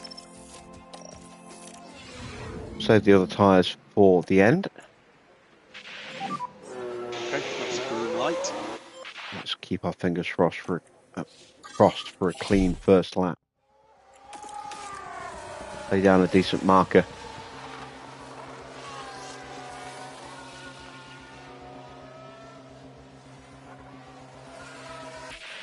All right, 128.4, not bad. Oscar, recharge on and call George. the car, please. Copy. Goes 0.005 of a second quicker. Currently P1. We will box end of this lap. Copy. We are slower than Sainz. Oscar, pit lane. Pit lane speed limiter Where on. does that come from? Attack the pit box.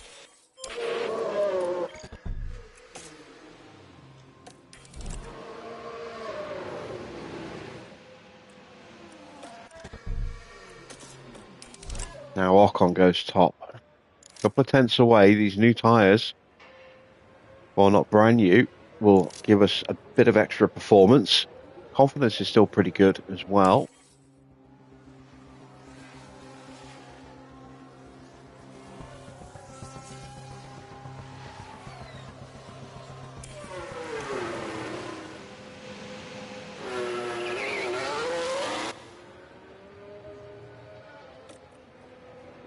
And out we go.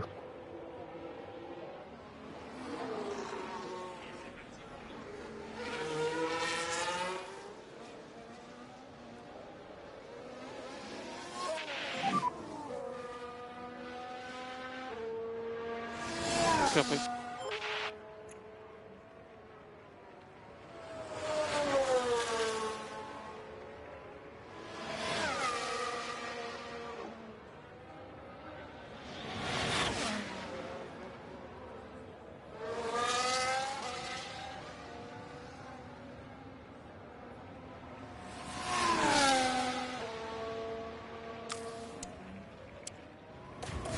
So Sainz starts his flying lap.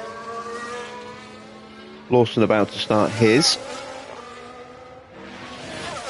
And Tsunoda's on a flyer as well. Tsunoda might catch it. Well, I think Tsunoda will catch us. I don't know whether Sainz will.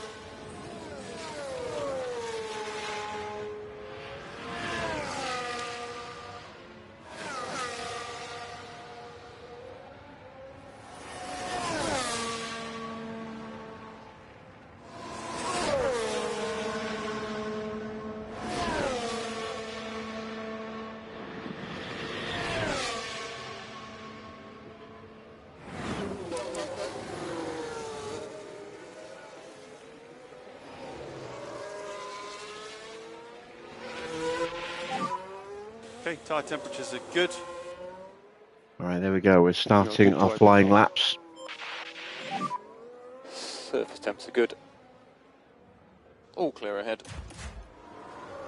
Okay, good to go. Tsunoda never got close enough. He has been compromised at the end by Charles Leclerc here. It will improve. It won't be enough to challenge for the front row. 5th place for Yuki Tsunoda. That is his qualifying done.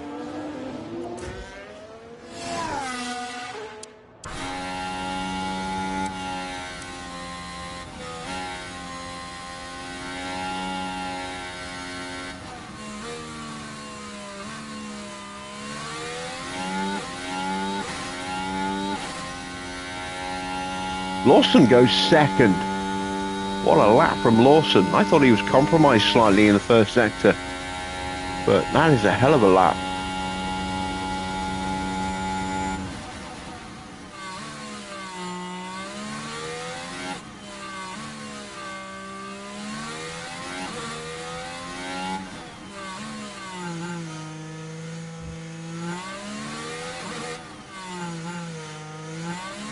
George Purple in the middle sector. There's a chance for him to get pole here. And Oscar gets to the front of the grid.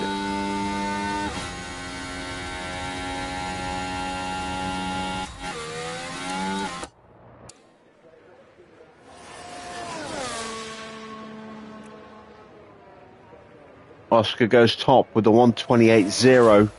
Here comes George. George is second, 65 thousandths of a second behind. Leclerc up into 4th place. Here comes Norris. Improves his time, but not his position. He stays P10. Tsunoda's done. He's going back to the pits. What can Sainz do? Sainz is already done. He's into the pits. Max is in the top 10. Right. Here comes Ocon. Will he take one of our front row slots away from us? He takes pole. 127.9. Porsche moves up into 7th ahead of Tsunoda. So that is the top 10. It's Ocon on pole position with Oscar alongside. George right behind in P3. Then it's Leclerc, Lawson, Sainz and Porsche, 6th and 7th, the two from Mercedes there. 8th for Yuki Tsunoda, 9th for Max Verstappen in the Williams, and Lando only 10th.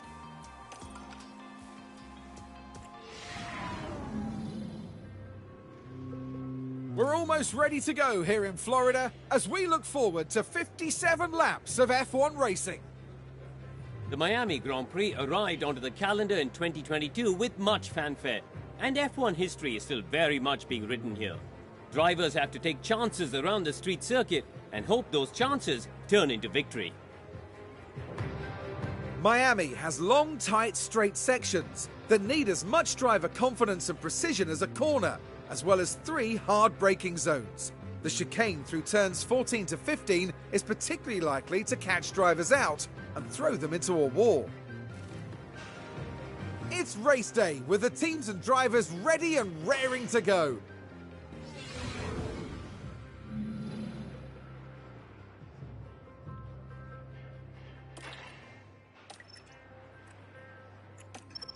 All right, let's start on the mediums. Go soft, soft.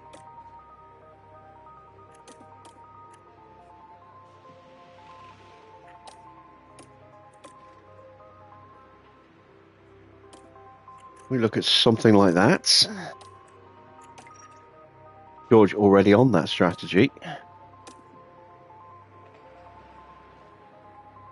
But his tyre wear looking a lot healthier. For whatever reason.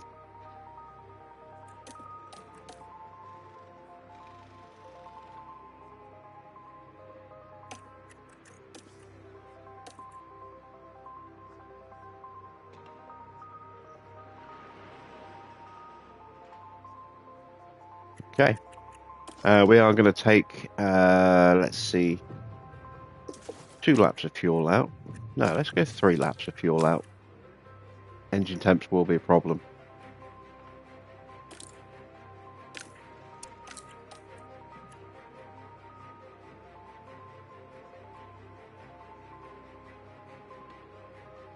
For some reason, Piastri's been put onto old mediums. What, in my strategy window? Oh yeah, he has. There we go. That's why. There we go. Good spot. Thank you for that.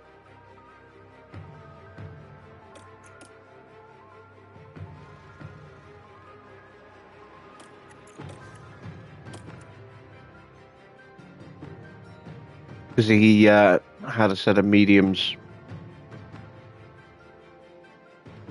He had his new set of mediums in the middle, and I put him onto mediums at the other one. But I should have had another set of tyres anyway. Yeah, I got 2 new sets of mediums, so not quite sure why it did that. A little odd, but we have adapted and corrected.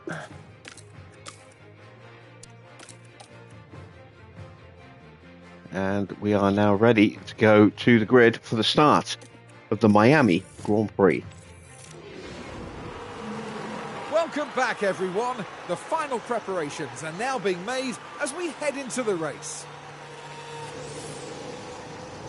You and I won't be the only ones keeping an eye on Oscar Piastri, Karun. It's a P2 start for them, an excellent opportunity, and no doubt they'll be looking to grab it with both hands.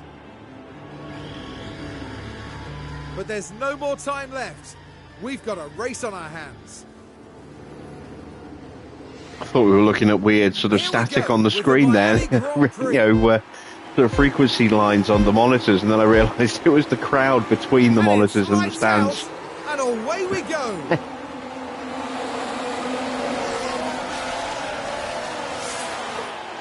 All right, decent start. Ocon putting the moves on Ocon, or trying to.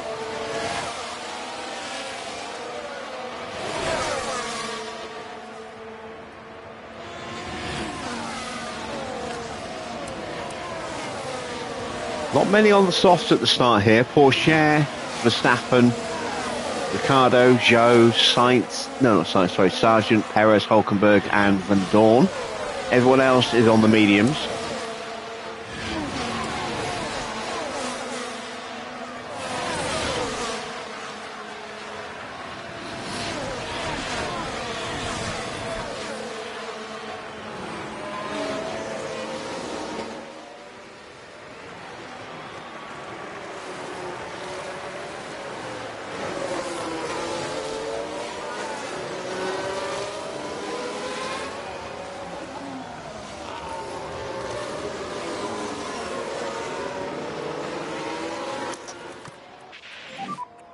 Use the overtake button. Yep.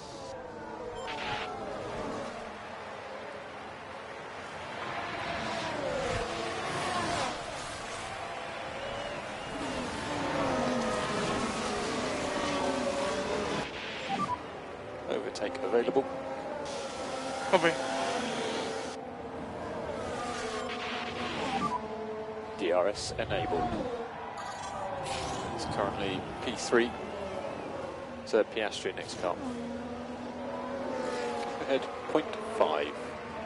So after his heroics in the sprint, Valtteri's down in 18th place. Hamilton's dropped down to 19th.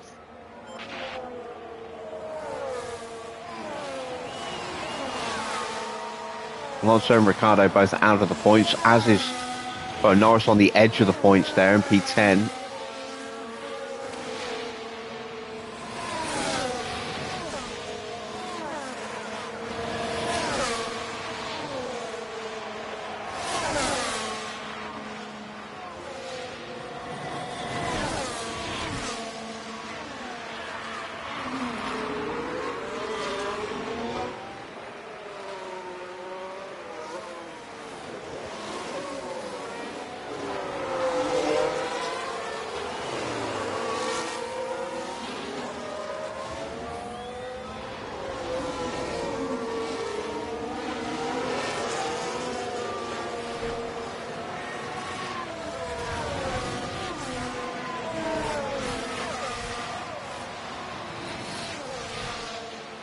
Lawson stay with us here.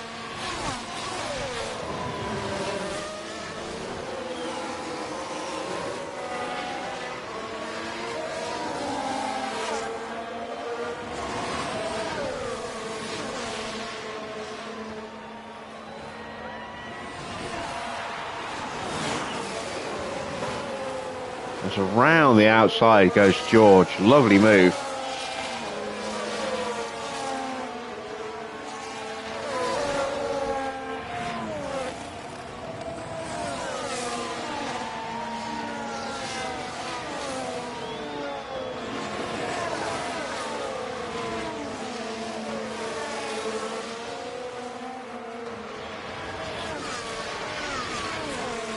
And we have a yellow flag. That's Sargent. Now we can see what happened. Right, we're down at turn 5. And wide they go, leaving the racing line. Perhaps a little lapse in concentration, maybe.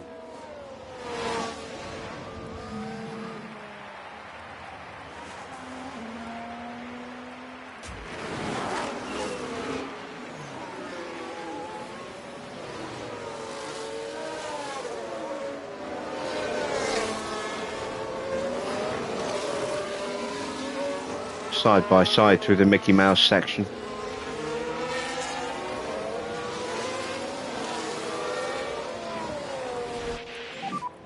Pack is low. Copy. Recharge on. Copy.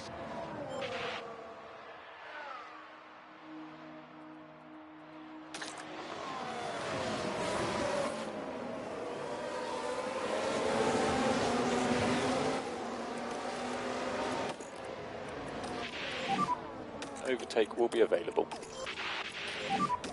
Overtake available. Oh, Lawson has punched his way through And we still need more lifting codes. and gets in front of Charles Leclerc. That's the fastest lap in the process as well.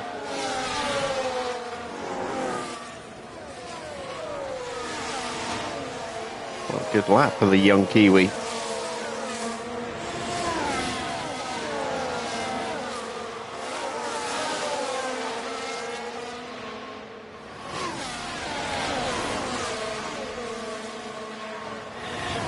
Ocon is just out of range. Just can't quite seem to catch him. I don't want the tyres to melt completely. We're going to drop the tyre pace down a bit. So as much tyre calling as you can manage, please. Copy. If this continues like this, not going to be an overtake. Keep your head down. That's George's oh so subtle way of saying, tell Oscar to pull over and let me through.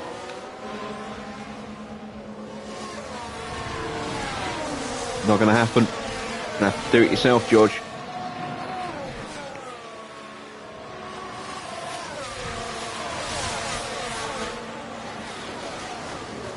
Just like that. There you go.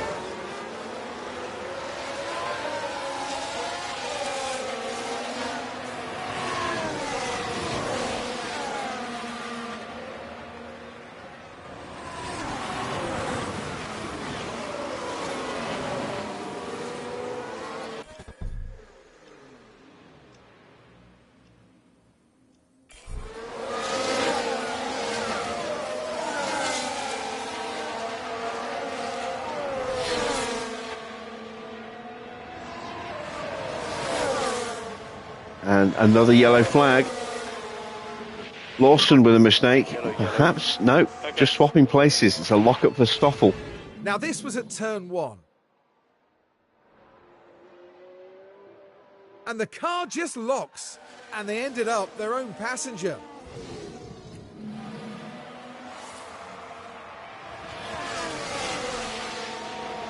And with the fuel saving that we started and the squabbling between our two drivers, Ocon is now 4 seconds clear.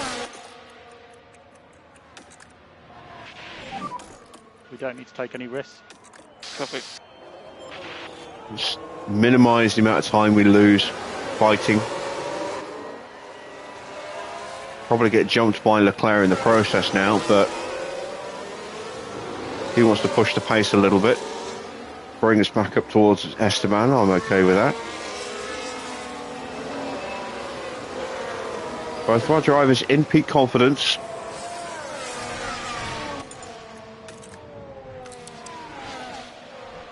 We have the edge on tyres slightly.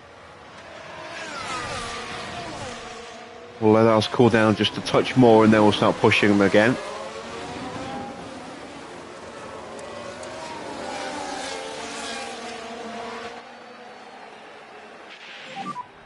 He has DRS. Behave Through goes Oscar.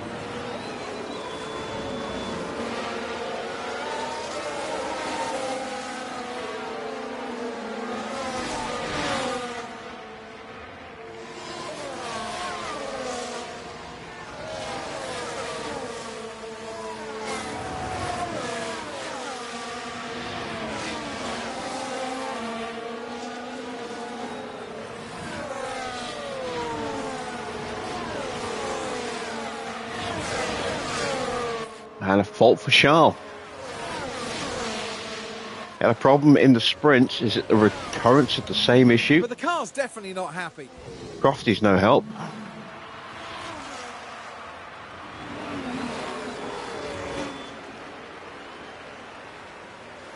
We'll have to wait till they start the next lap before we can find out what it is. Ocon continuing to pull away slightly. Gap now up to 5 seconds.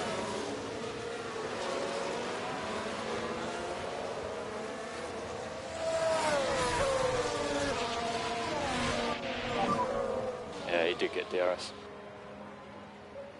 Yeah, understood.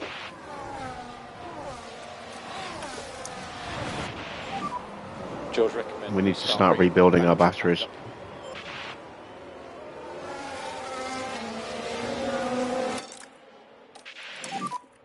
So happy to drop a little bit of management.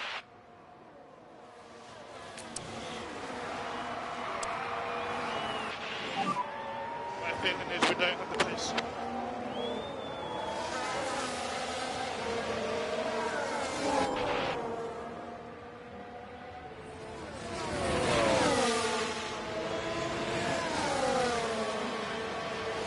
We have a little 3-car breakaway between Ocon and the rest of the chasing pack. And it is a chasing pack. Lawson leading a train all the way back to Valtteri there.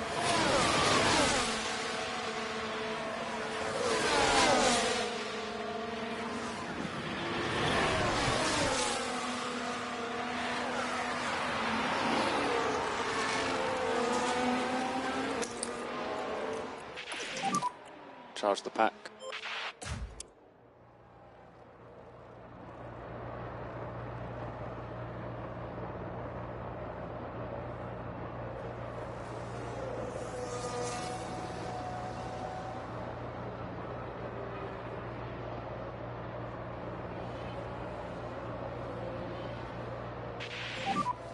It has DRS.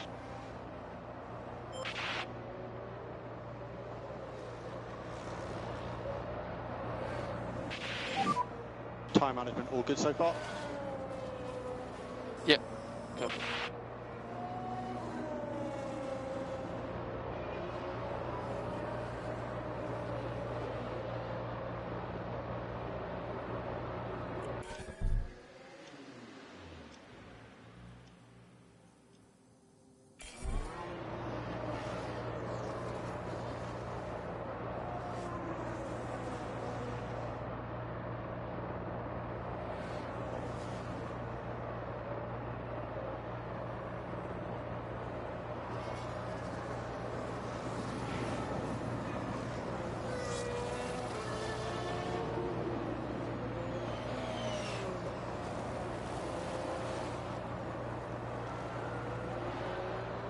And that is a red flag. Alonso drops it.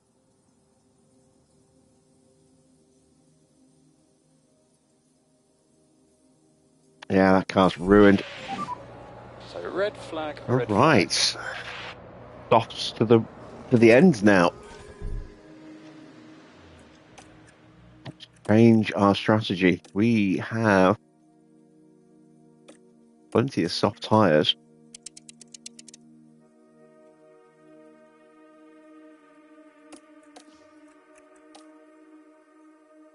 Oh, I thought we did. We don't, actually. Okay. In that case...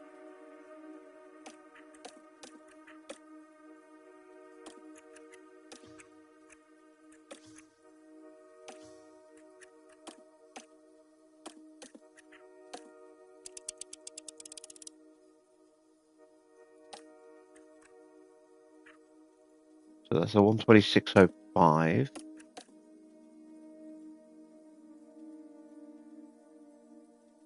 That's slower.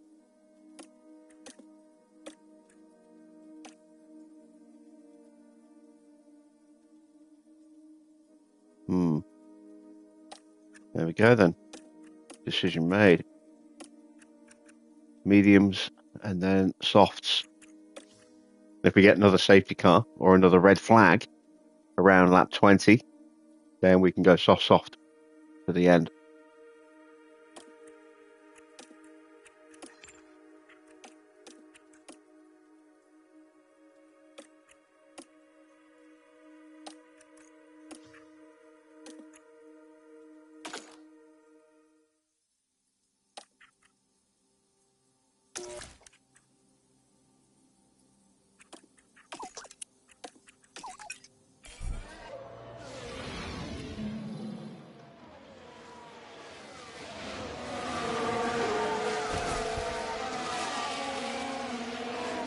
Yeah.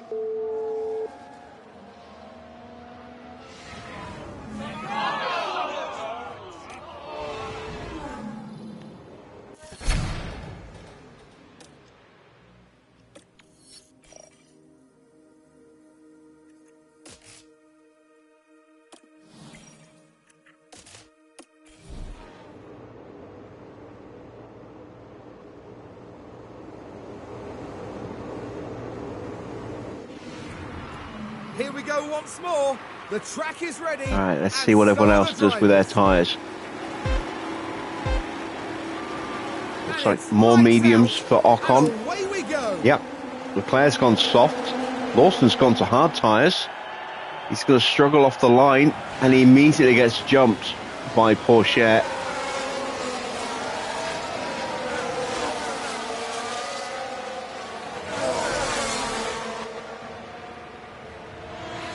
So Norris still P10. He's gone onto a set of hard tyres. Hamilton's down in 16th place on a set of softs.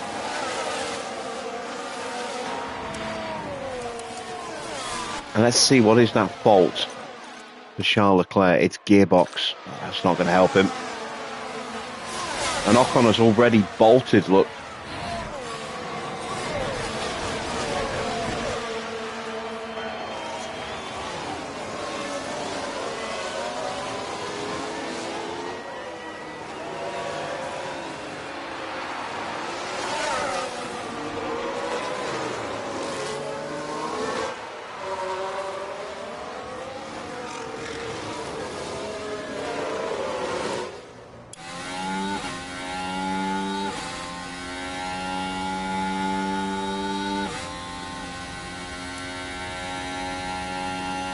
Porsche now up into 4th.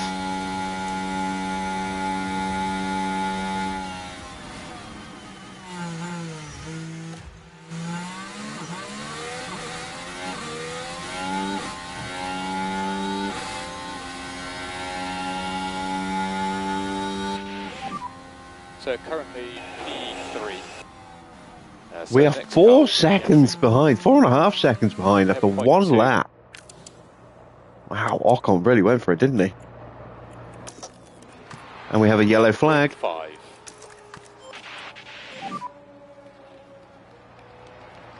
Now we should Lock be up able to take a Checo. look here. Heading down the straight.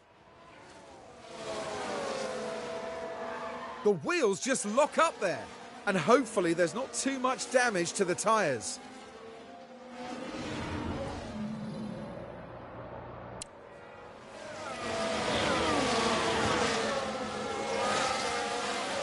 We're now 5 seconds behind Ocon, and still the gap is going up. He is going absolutely hell for leather. Gap 0.8. He has DRS.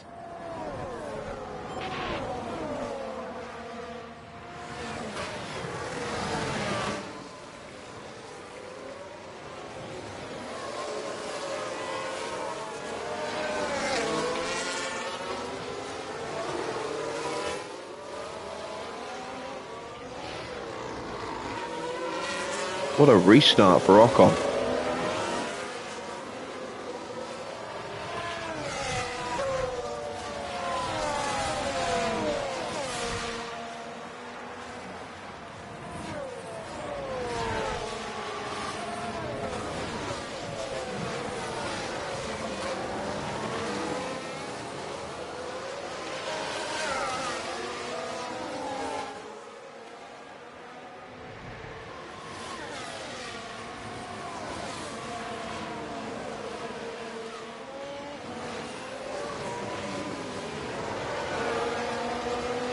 Taking some time out of him though.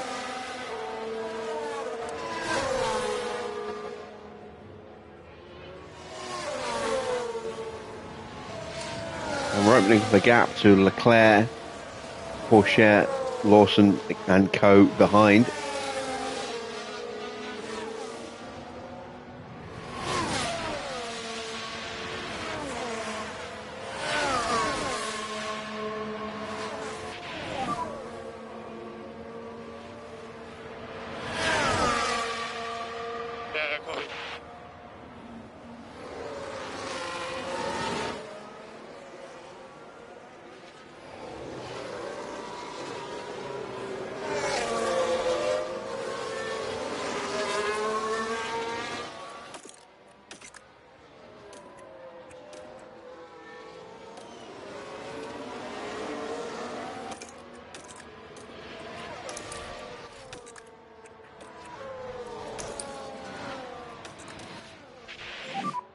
We can have recharge on now. Another yellow flag.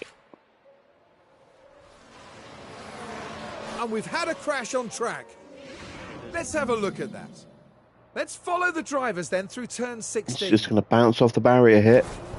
Oh, yeah, and I think he just clipped the Williams as well. That's a big chunk of front wing missing.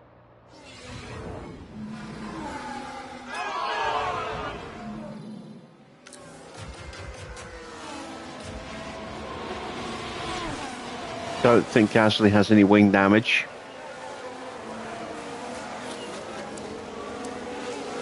Oh, Fittipaldi's tyres are ruined. He's going to be in very quickly. Maybe even the end of this lap.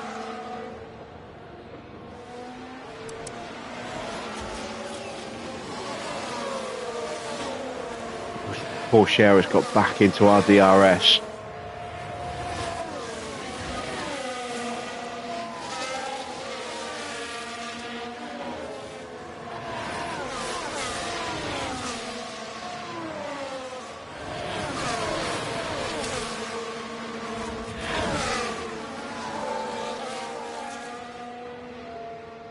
Meanwhile, Fittipaldi now coming under pressure from Gasly.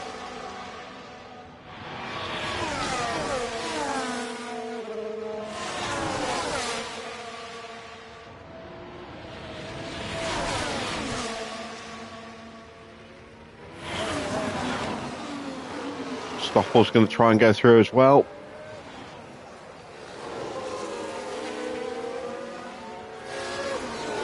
Can't get the power down.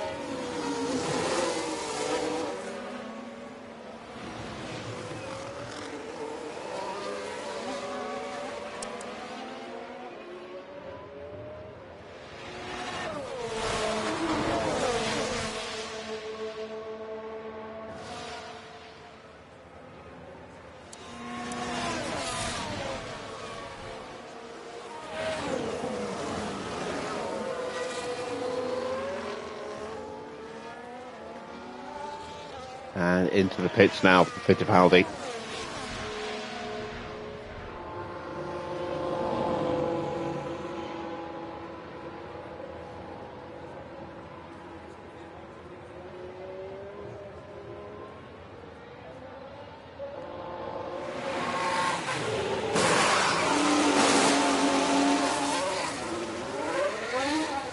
Decent stop.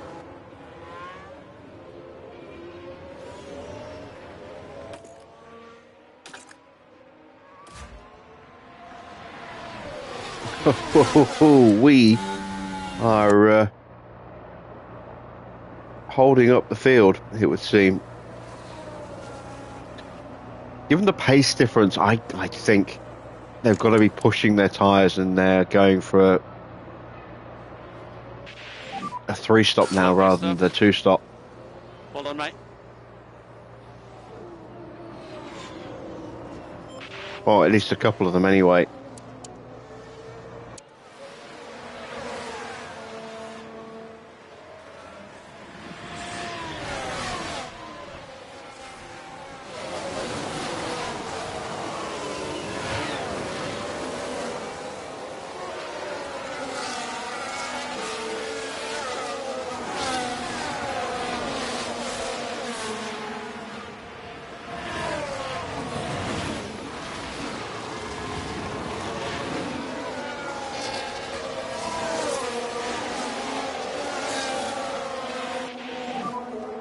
Down.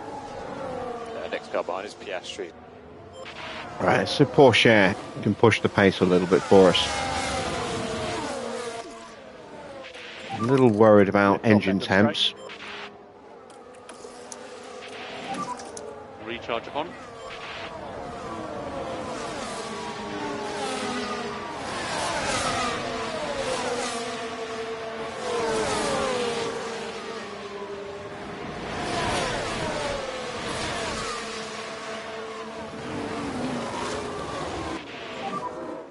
DRS. Okay. George recommend we start bringing the battery back up.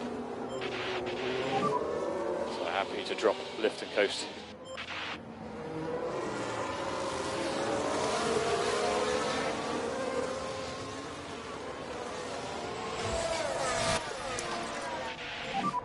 Charge the pack.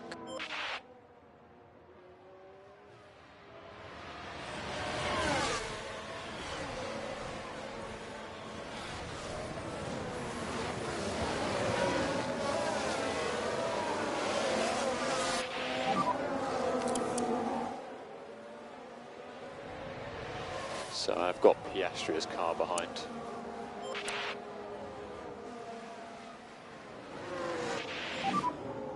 Got a line to your right there.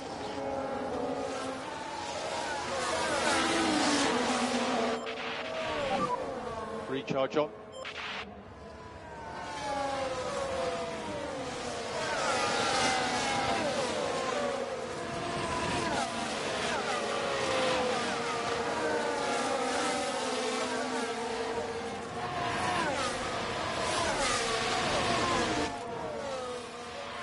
Okay, fault developing for Gasly.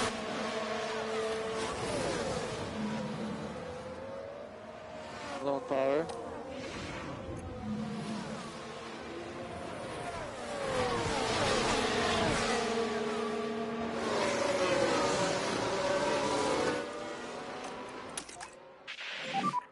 Suggest reduce a bit lift and coast. More lift and coast. Recharge on. Now we're keen to pick up the management. Okay. Porsche is not closing the gap to Ocon. Leclerc's really looking after his tyres as well. He has DRS. Behave up.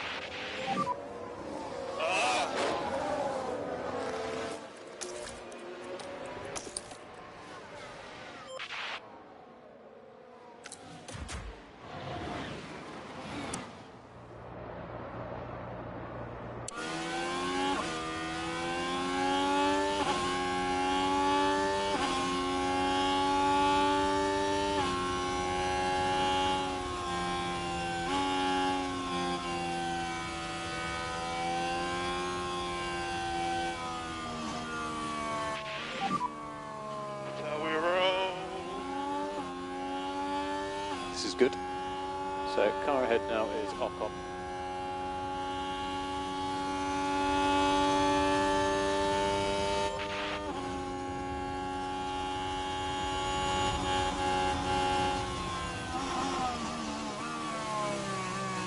No. Bit of a lunge from Leclerc there.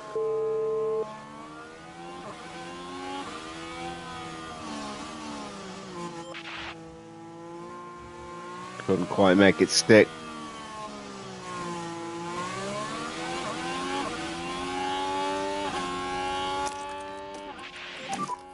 Overtake available.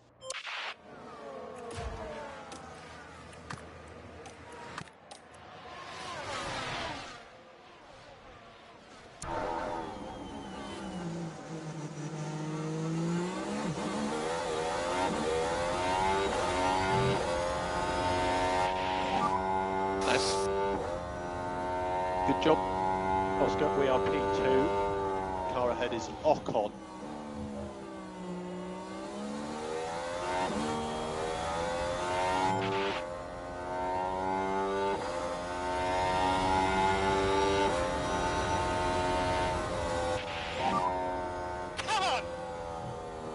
This is good.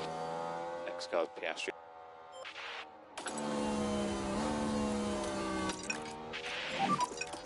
Okay, to push.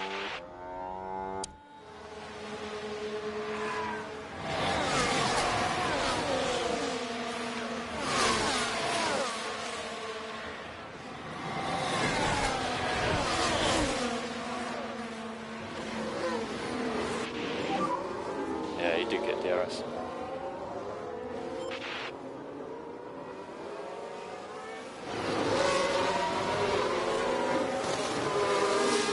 I think my lack of sleep from the last few days is starting to really catch up on me. I am struggling here.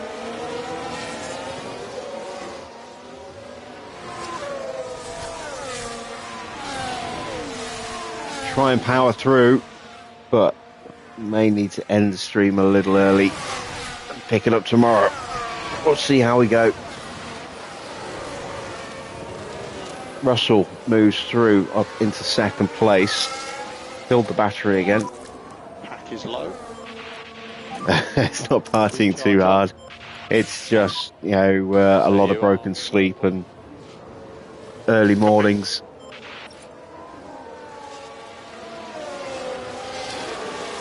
I had to be up early on the Saturday to make sure I got my passport.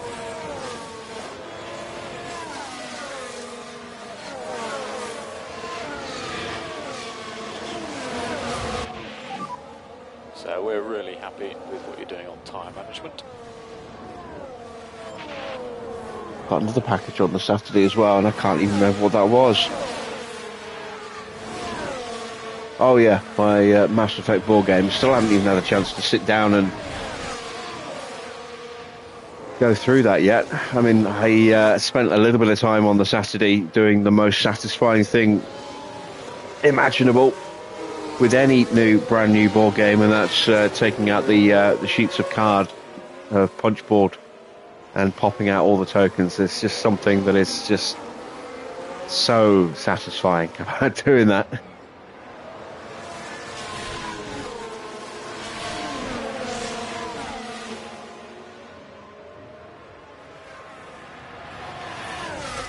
The board game, Mass Effect board game, Priority High Glass.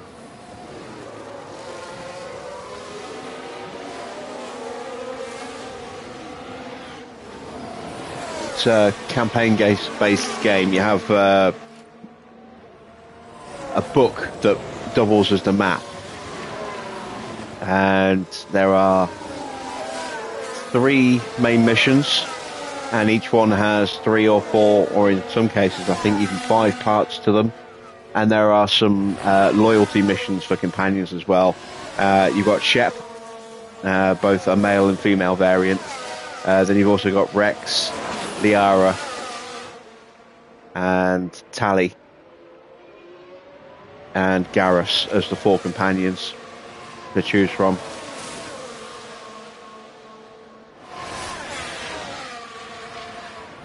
But as I say, I've not had the chance to sit down and go through the rules of that yet, have a proper look at it. I just punched out all the tokens. The game, amazingly as well, which is such a great thing, I really wish more board games would do this, came with a whole load of baggies inside to put all the tokens into.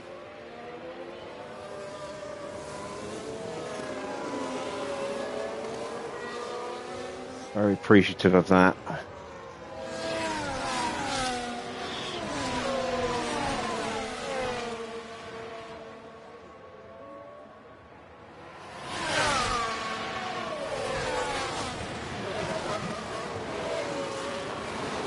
And of course it was the Grand Prix this weekend.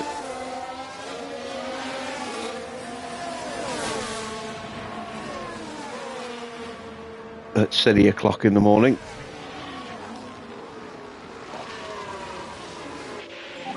Hamilton's into the pits. Yeah, there's only so much I can do. Getting off those soft tyres for another set of soft tyres. So, is he going to go soft, soft, soft all the way through? He might do.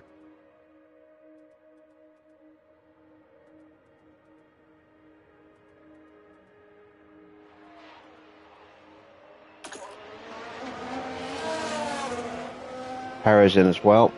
And then I had to be up early again today because my skull shaver package was due. And I didn't know what time that would turn up. And it turned up in the afternoon. And I couldn't get a nap because I had to, during the day, because I had to get some more Empire Advance footage recorded, and then had my groceries delivered, and then live streaming. So, yeah, it just started to flag a little bit.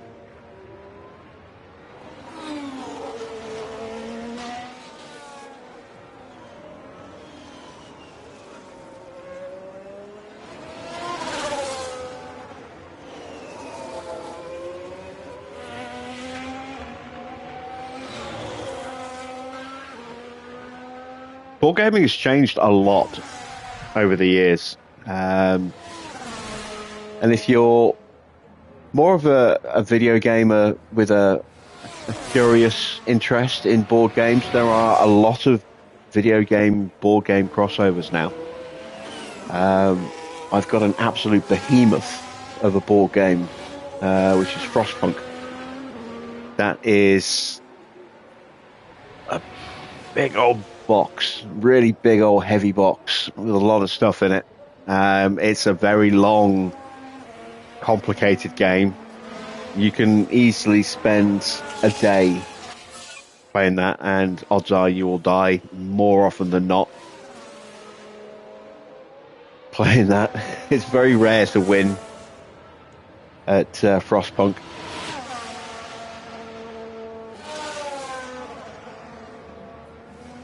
But, I mean, I've got a little selection. I've got, let's see, I've got Jaws. That's a fun game. I've got the two variants of Horrified. I've got the Horrified Universal Monsters and the Horrified American Monsters as well. They're both good games. Solo / co-op games. Most of my games are co-op. Jaws is a head-to-head game. I've got Alien, Fate of the Nostromo. That's a really good game. Really enjoy that. Again, co-op. That can be played solo. What else? Let me have a quick look on the shelf. Back to the Future. Keep your head down. Dice Through Time. That's an interesting game. That's my Ravensburger games.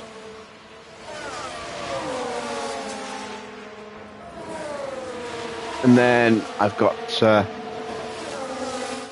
Switch and Signal, a And if you could just give us head-to-head time feedback. train game.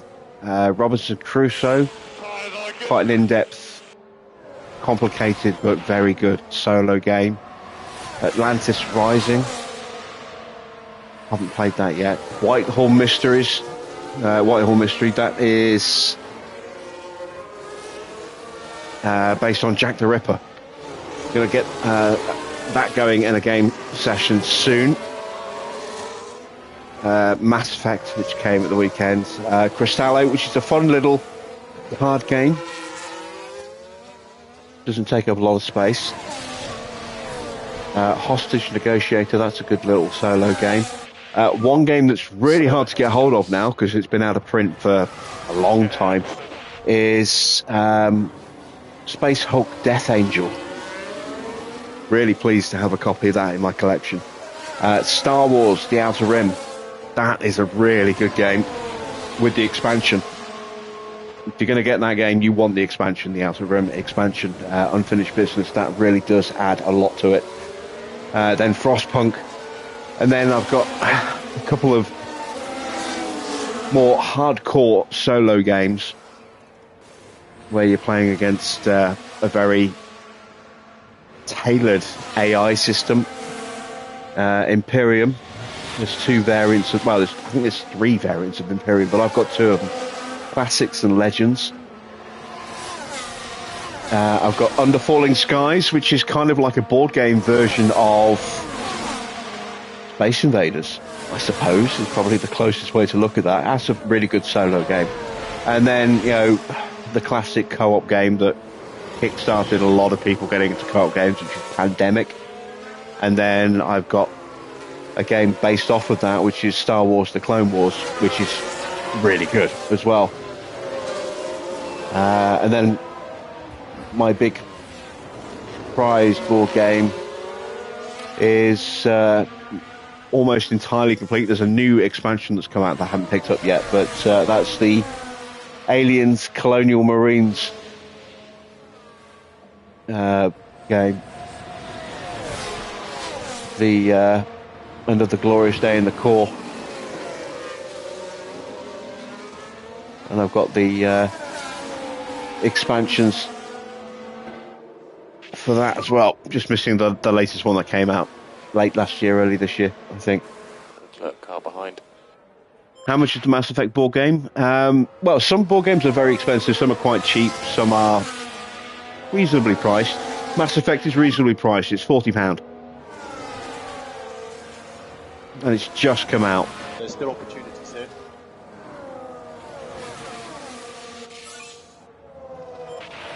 But the games, that are by Ravensburger, like Horrified, Jaws, Fate of Nostromo, they are usually around £20 to £30, depending on, maybe a little bit more, depending on where you get them from and whether they're on sale at the time. They're older games now. You expect me to say 50? Yeah. Yeah. Frostpunk is not a cheap game. And if you go for all the bells and whistles add-ons, it gets really expensive. Right, I've lost kind of track of where we are. Sonoda's taken the lead from us. Where is Ocon? There he is. He has stopped and he's gone on to mediums. How many laps did he do on those...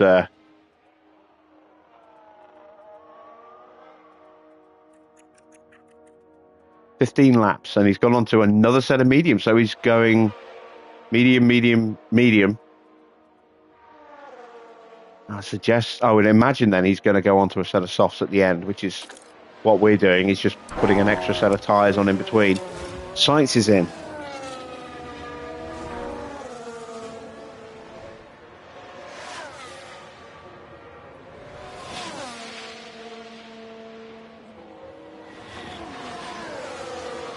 He's going hard tyres, and those will probably go to the end if he doesn't abuse them. Very, very difficult. If he pushes them hard, they will obviously need to stop again.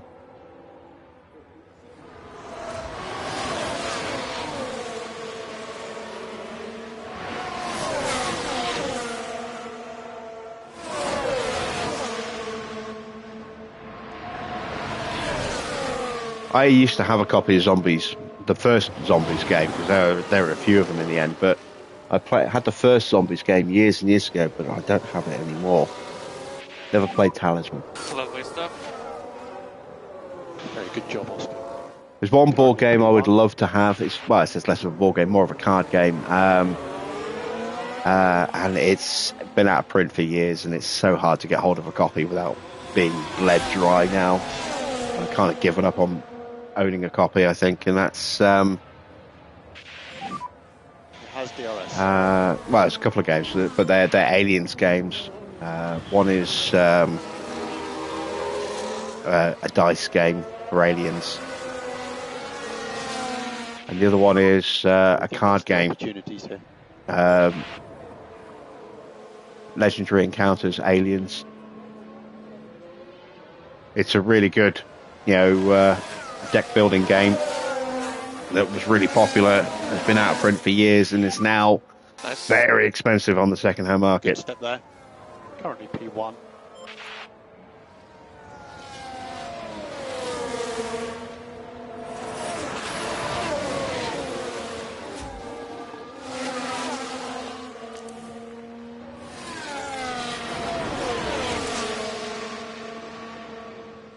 Claire's really looking after his softs, sorry. I think he's running at a level 2 pace on those mediums, on those softs there. Yeah, he did get DRS. Trying to make them last sort of the length of a medium tyre. We are slightly above where slightly higher on the tyre wear than I would like to be, so we're going to ease off a bit.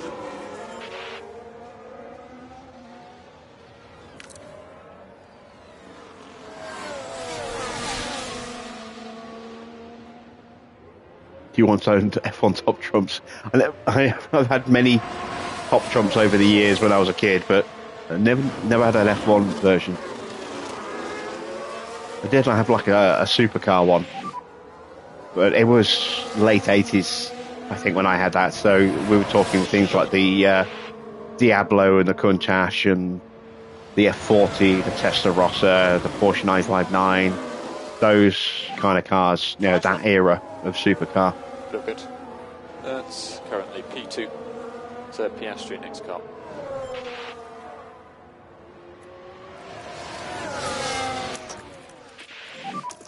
We have overtake available.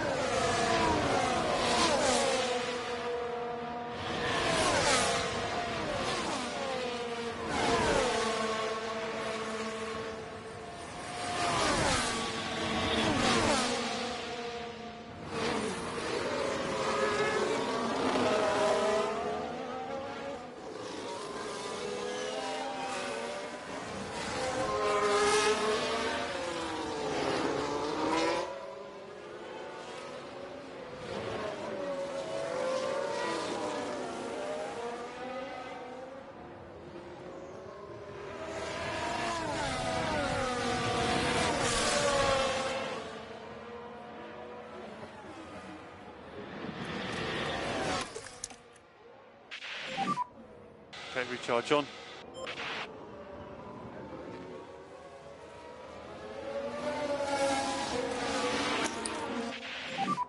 Charge the pack.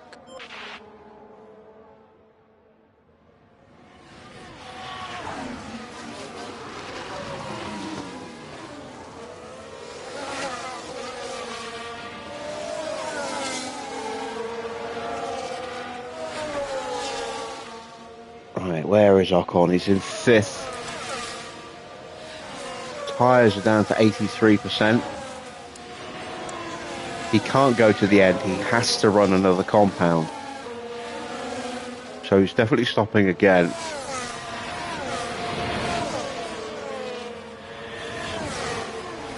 Question is just what tyres and when's he putting them on?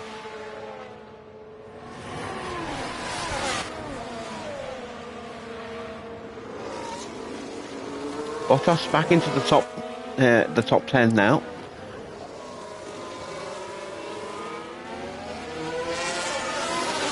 Hamilton into the points as well, has the fastest lap.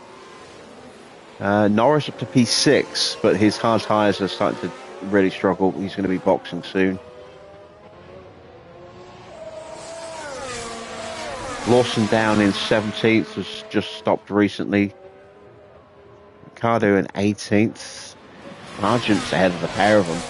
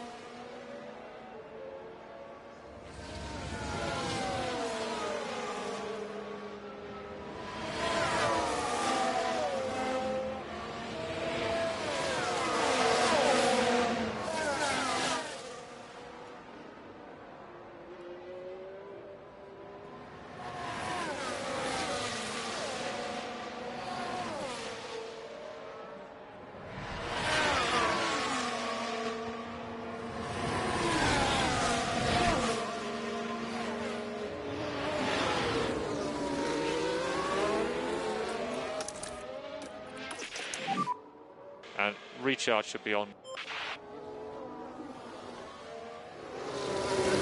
Ocon is about to join the train.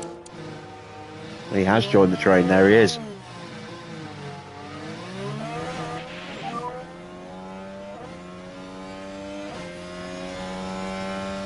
Slow the point more. Deep breath, you're going to be okay.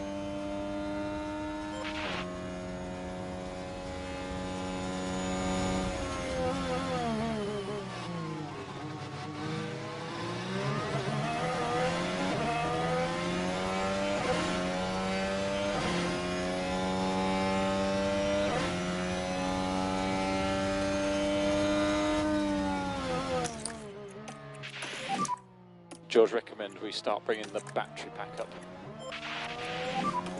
Use overtake. Overtake available.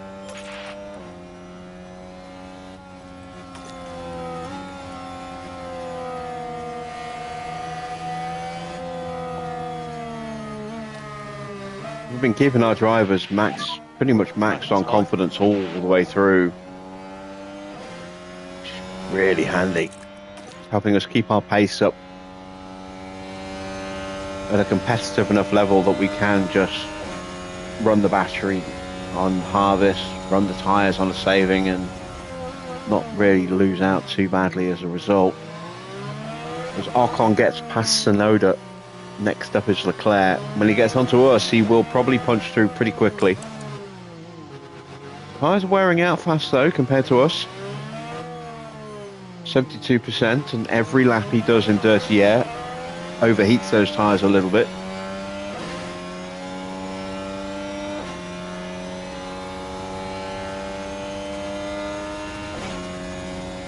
And there he goes through past Charles Leclerc.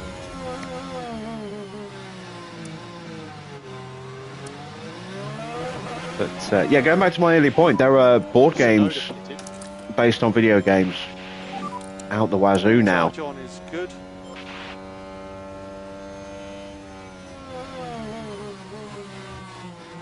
And there are video games based on board games as well.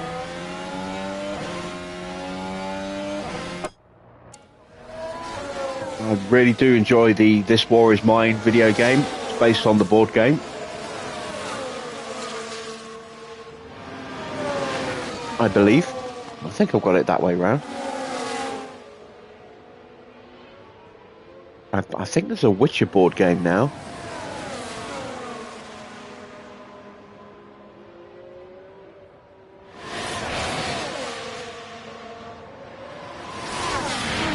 There's a Bloodborne video board game. Yeah, there are quite a lot of board games now that are based off a video game license. We don't want to lose too much time. There's a Metal Gear board game that's either coming out soon or has just come out that I want to add to my collection, but that's going to have to wait till next year. Just can't afford that now.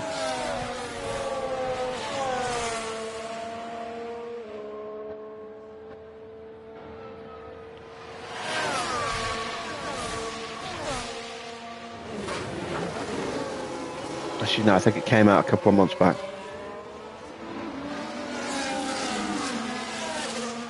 Blood Bowl. Technically not a board game as such. We're ready for you. I suppose, well, yeah, I suppose it was. Tabletop game. The original version of Blood Bowl actually had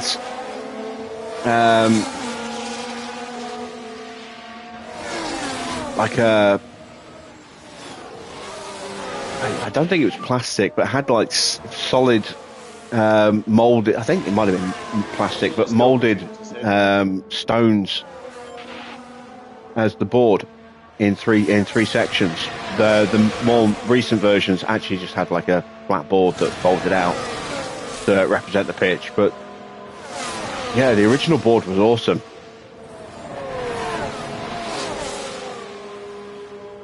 It's a game that's been and gone and come back again and gone again on more than one occasion.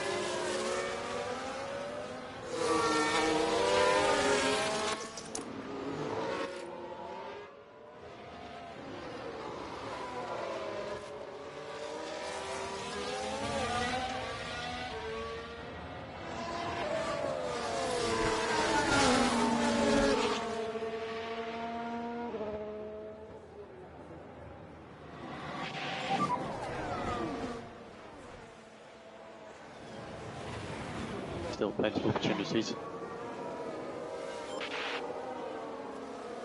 And there are popular board games that are getting their own video game version as well. Wingspan is making its way to consoles next year, I think. That's based off of Game of the Year that came out a couple of years ago now. They've got a follow-up version called, from the same developers, same board game publisher. It follows a similar principle.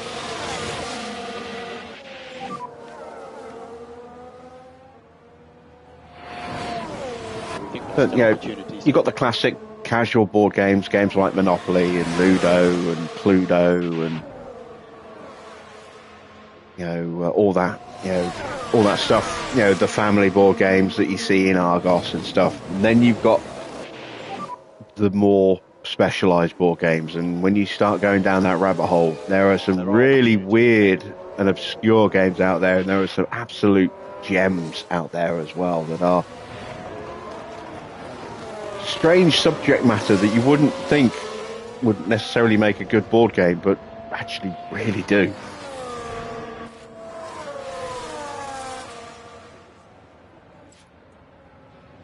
Gasly picks up a fault. We're getting left behind. We're going to need to Push and hold, overtake. try and push to catch up to Ocon again. So that's a clerk in the pits. Charles decides now's the time to go onto some fresh rubber.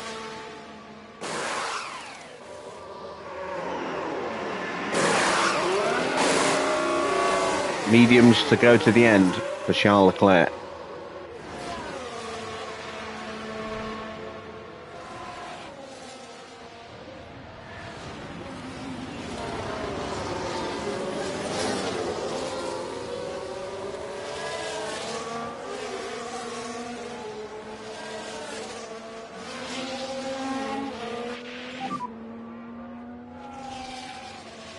Space Hulk, that's a video game that's based on a board game. Well, almost all Games Workshop video games are based off of the board games, just various different forms. So, Inquisitor was a Games Workshop board game where they had quite big miniatures, really big miniatures for that. You also had Epic, where you had tiny little legions of troops and big hulking war machines, Titans in that one. That was much more massive army scale version of Warhammer 40,000, Warhammer Fantasy, which is now Warhammer Age of Sigmar. That's the template for your Warhammer Fantasy video games. Warhammer 40k is obviously the template for a lot of the 40k games, like Space Marine, for example. That's just come out, Space Marine 2. There was also Hellfire Warrior back in the early 2000s.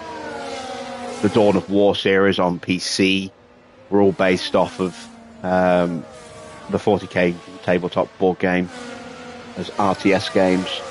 There's a whole load of little turn-based games that follow the sort of the XCOM style formula on the network and on PC. There's a whole load of those. Space Hulk is one of them, which was based on the Space Hulk board game. Gone ahead. Gap ahead 1.8. Mordheim.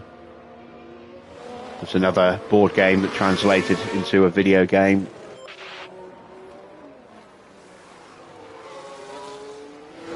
These are all, ex-Games Workshop properties. Battlefleet Gothic, really popular on PC. Naval Combat in Space. Again, based off a board game that has long since been discontinued.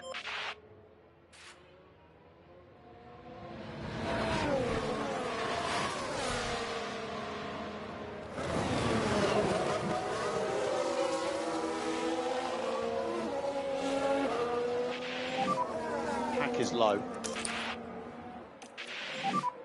Recharge on.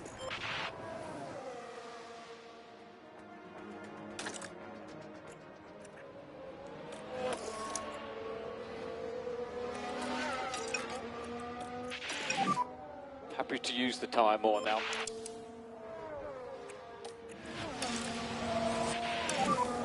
Happy to start reducing that management.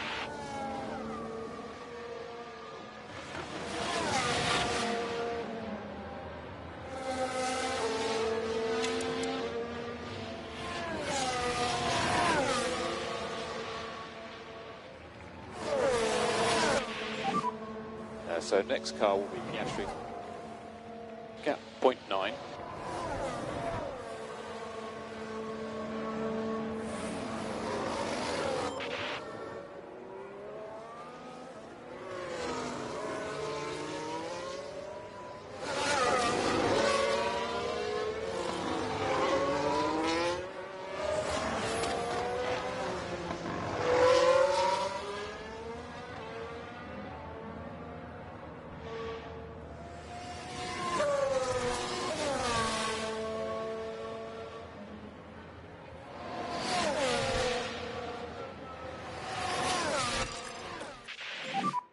Okay, let's see if we can get past.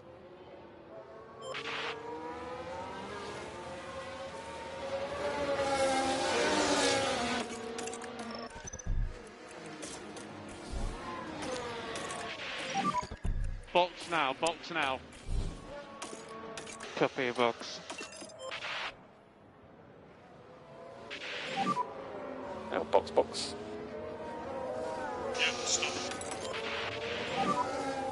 push and get past him.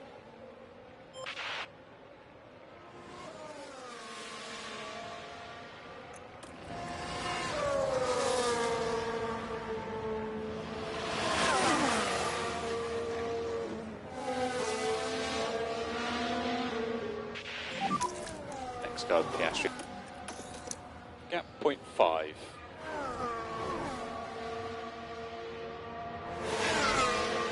Probably should have boxed a lap or two ago, given up the impetus here to Ocon. George, recommend we start bringing the battery back up. Yeah. We are going to have to fight our way through some traffic. Stroll's going to get out of the way. Sainz might try and go to the end, but I don't think he will. He's pushed those tyres pretty hard. Leclerc's obviously going to the end. Lawson and Sainz will be getting out of the way soon. Porsche, Norris, Hamilton are all going to the end, but they're going to be too far behind. We will get out in front of them. Sonoda will go into the end.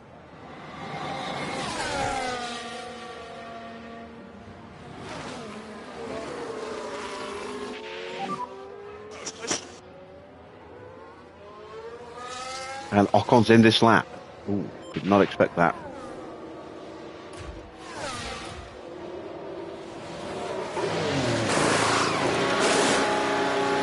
That's a good stop, but we do slow him down on release. 2.5, it's okay. Could have been better. There's Stroll coming in the background. You see the mechanics coming out with a set of softs for him.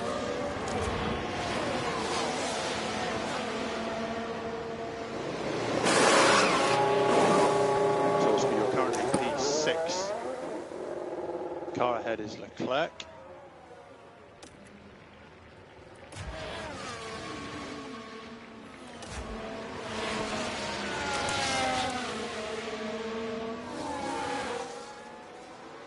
It's 19 laps to go, including this one.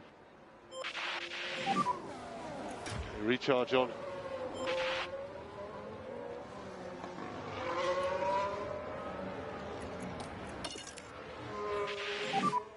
Key thing is to keep the tyre in good shape. Keep the tyre in good shape. Yeah, copy.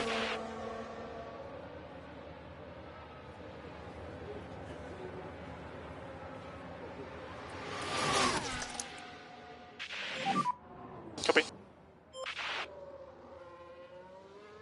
Well, was I also into the Fighting Fantasy, Sorcery, Lone Wolf kind of books? You mean in terms of genre? I don't recognise those as specific titles. I mean, I remember reading a black library book. I didn't know it was Just keep an eye on your mirrors. Games Workshop at first. You know, it was Comrade, and I think I read the sequels to it as well when I was a kid, and then found the book again years later in a second-hand shop, So Piastri next car. and read Comrade again, 0.4. having originally just gotten them from the library. Actually had got my own copy of Comrade Gap for a while. 5.7. I haven't got it anymore. 18 laps to go. Obviously, when I worked for Games Workshop, I needed to get up on some of the lore and stuff, and I did start getting into the Black Library in quite a big way. And I haven't got any of the books anymore, but I have now got a large Black Library audiobook collection, which I've been picking up on Audible. Currently working my way through the Horus Heresy collection. If this continues like this, don't go ahead and overtake.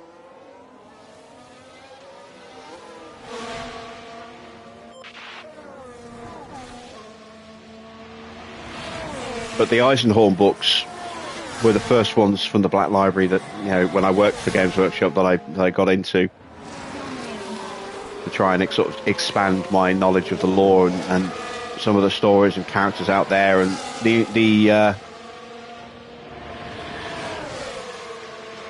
Eisenhorn trilogy is a superb trilogy of books. Currently P5. And if you are interested in getting into the Black Library, that is very much a great place to get started. Can be a little confusing if you're not really up on some of the history of the game or some of the terminology, but that is a fantastic series of books written by Dan Abnett, and it's since been expanded since I first started reading those books back, nearly 20 years ago now. Man, about 20 years ago when I first read that book.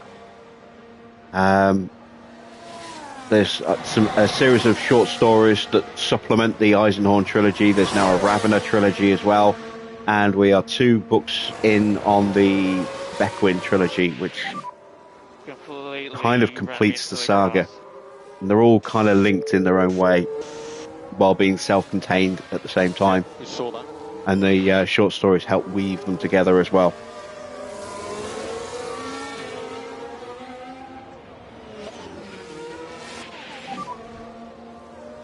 So I do highly recommend those.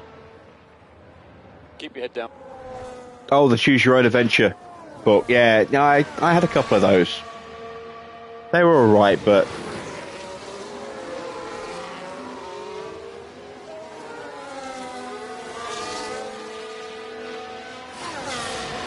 I didn't go out of my way to find them.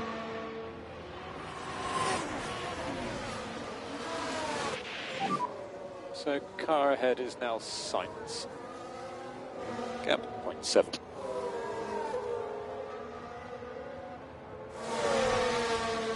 Right, Ocon has pulled out a big lead over us.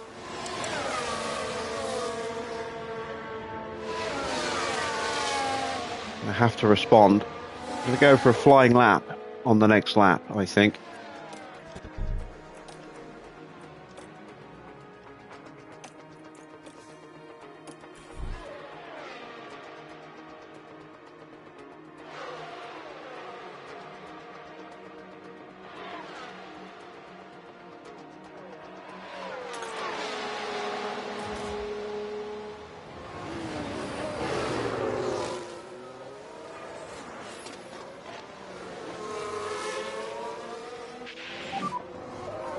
Is Sainz now, let's go get him. If you're more into the fantasy side of Games Workshop rather than the 40k series, 40k side, the Gottschalk and Felix novels are fantastic.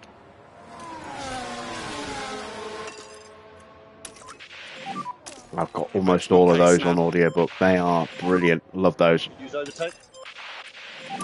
Jonathan Keeble is a really good narrator. So is Toby Longworth. Those two are amazing narrators.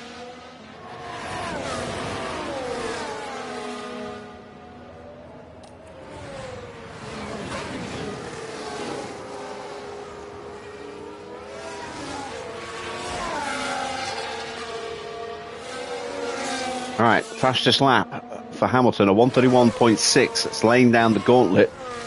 George having a difficult time getting past Sainz here. Oscar's off and flying.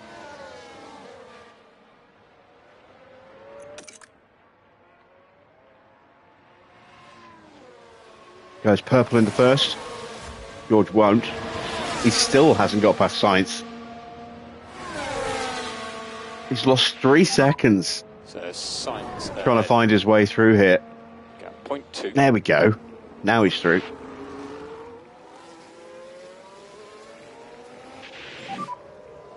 Nice move. Purple in the middle for Oscar. Really nice now George goes purple. Might get the DRS off of Leclerc here. Gap 2.6. I think we did. We certainly got the slipstream. Look how quickly we rocket up to him. And we get the DRS. George will not get purple in this sector. It will be Oscar. This should shatter the fastest lap. 1:31.6. Lovely stuff.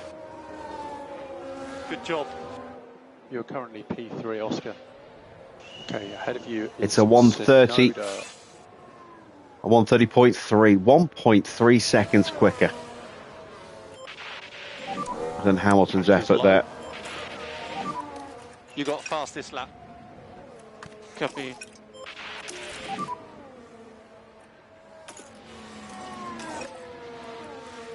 Copy. It's just increased LICO. Right, what's the gap? We need to keep the lift and coast up a bit more now. 9 seconds for George to Ocon, 6.5 for Oscar. And our tyres are in better shape. Still have 14 laps to go. He has DRS.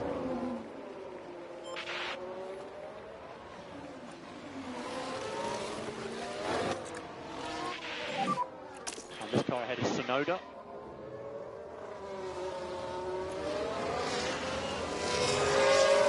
No half done. Use overtake. And recharge on, recharge on. Charge the pack.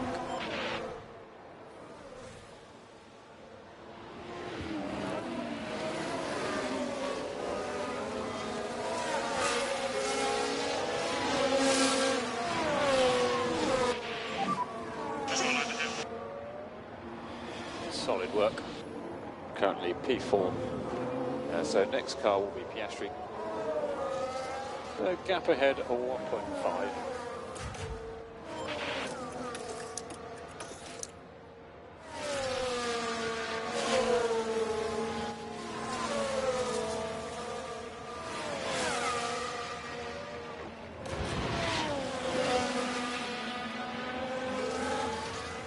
You know, gap is coming down still.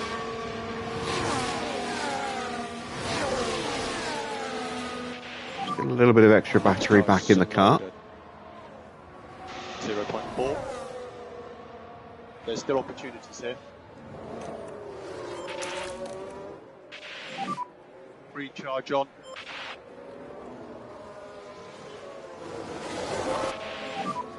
Nice.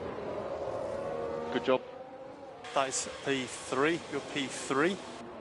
Next car is Sonoda.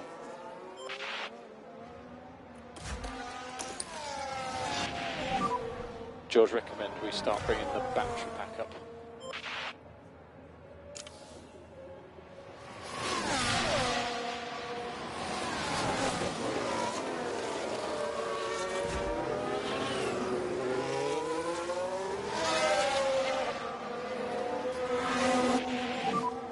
Sonoda, a car ahead.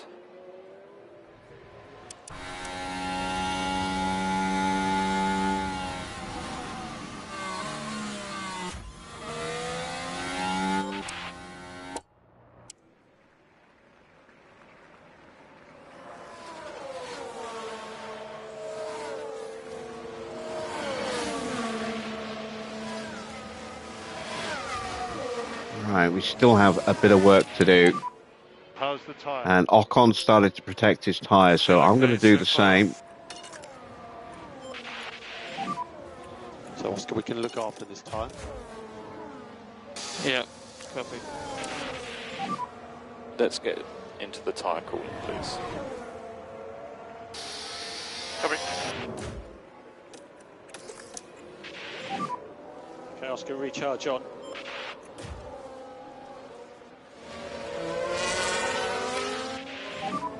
We think there's still opportunities here.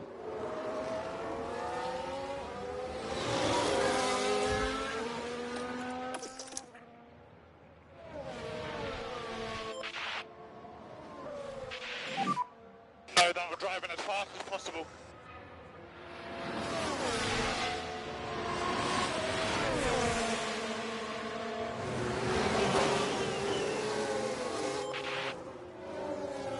It's going to take another couple of blitz laps, I think, for us to catch back up to Ocon. We might not even catch him.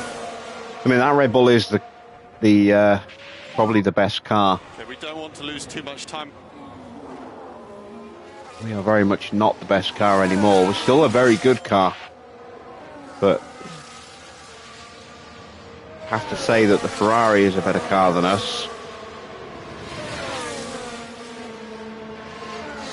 Just our drivers are in a really rich vein of form right now, getting a nice big boost to their stats. It's 0.4. Hey, see, that's what we're driving with there with George. Everything at 100 apart from his overtaking, which is only just there. at 98. And that is Oscar. And when he gets into peak confidence, he'll be at 100 across the board. A lot more paint in these tyres.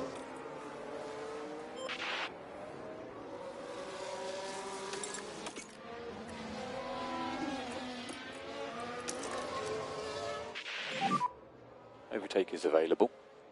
Drop Leclerc now, get him onto the back of Ocon. Sorry, onto the back of Oscar.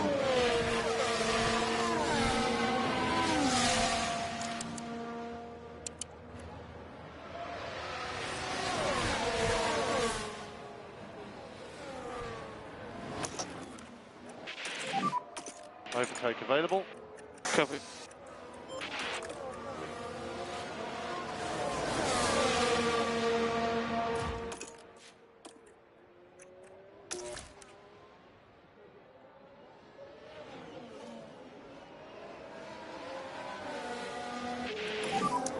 And next car now is Sonoda. Gap ahead, point 4. How you doing, Army?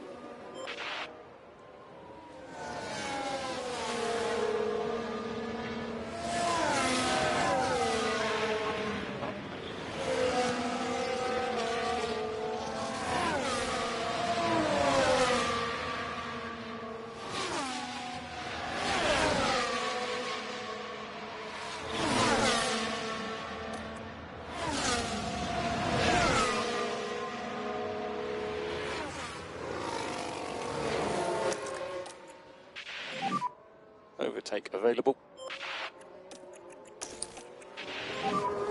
Recharge on.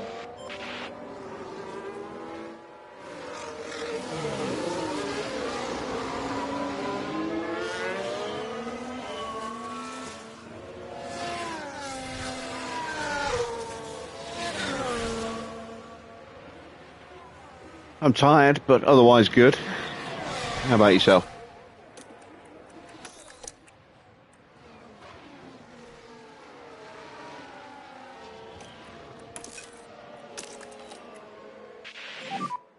Use overtake.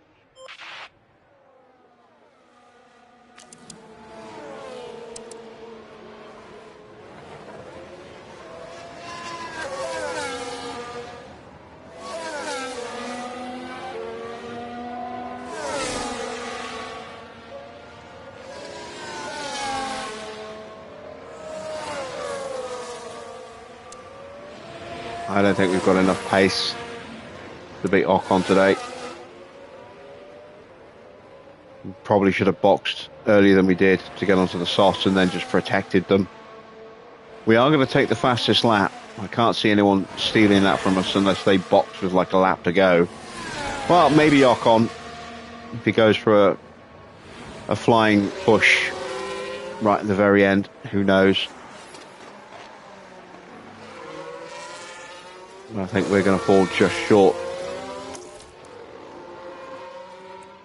of being able to catch him. But a double podium is still a very strong result for us here. It's always harder to do well in a race compared to a sprint.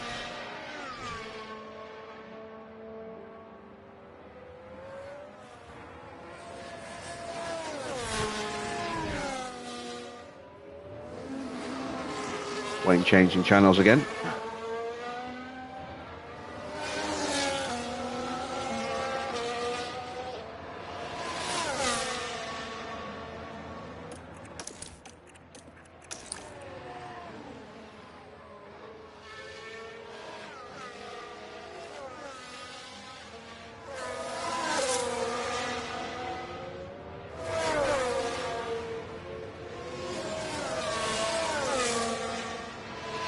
You missed the spanner. Is that why you're changing back? I can give you the spanner on your other account if you want.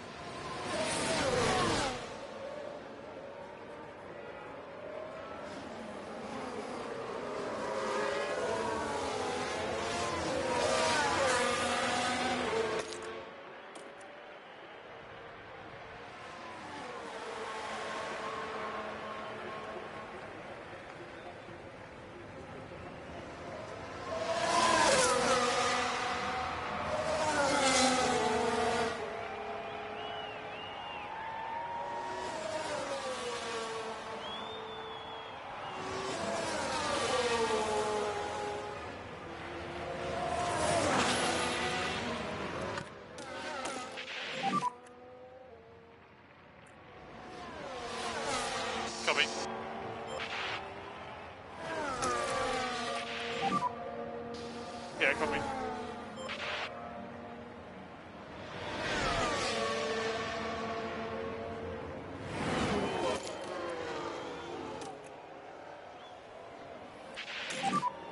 Currently P2. Ocon ahead.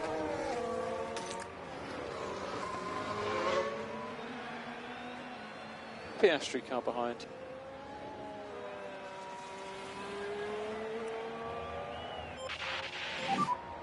Fuel on plan.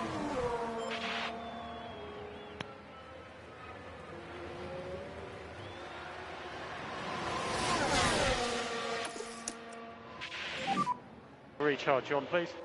Yep.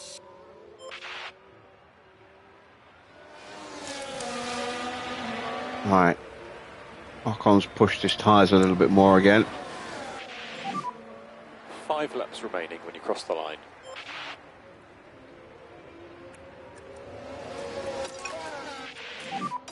Flat out.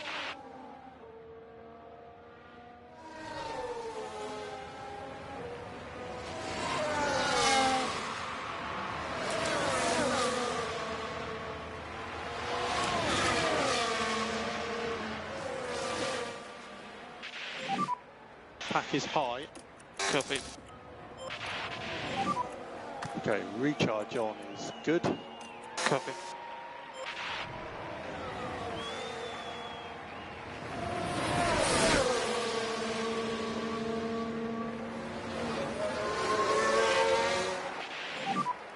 Overtaking is very, very difficult.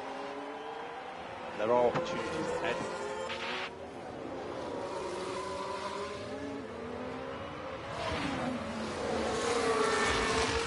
Late stop for Sainz. Didn't think those hards would make it.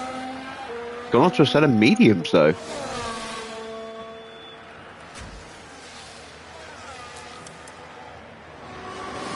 Hamilton might box. Those tyres are really falling apart now. If he doesn't, he's risking a puncture. Just going to drop him out of the points.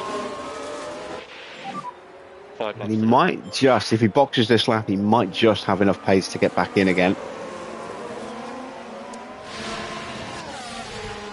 Maybe not. Going to drop him around Sargent. He's losing so much time, look. Does he box?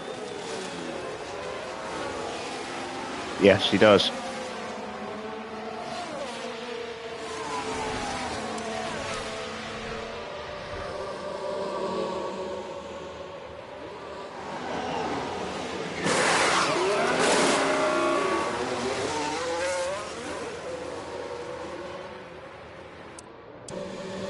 And again, mediums. No softs left.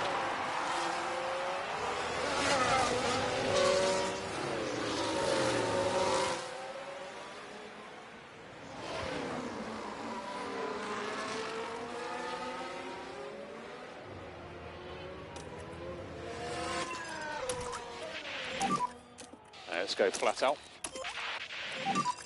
Overtake available. Yep.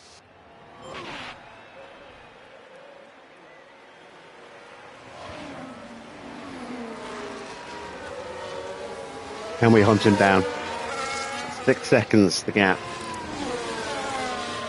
He did a 1:33 across the line. So we've got 4 laps remaining.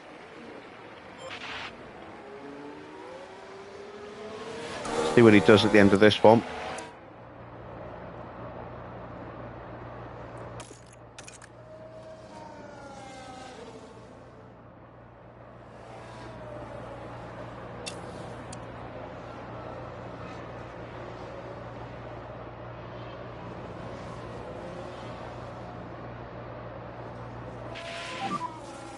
When you can, feedback on your tyres. Starting to struggle now.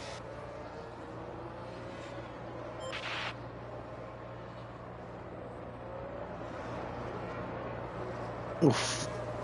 Nearly contact.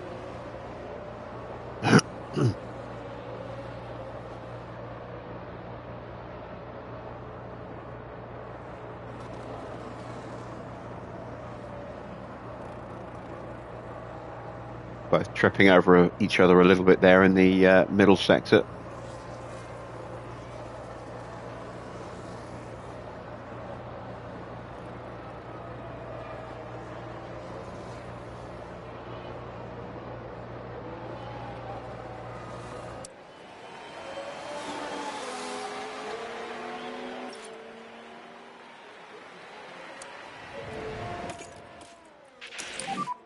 Three remaining. Charge the pack. Recharge on. 2.7 seconds taken out of him. Give or take. We've got a yellow flag.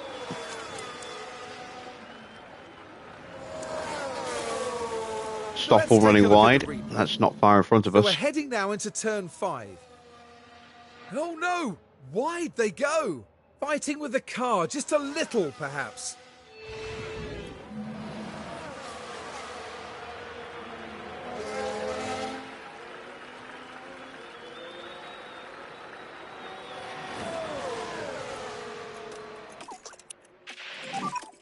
More lift and coast for these PU temps.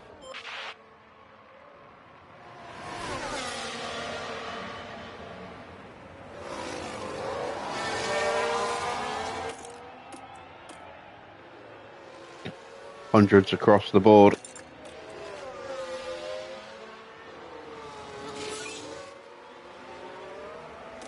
Almost for George.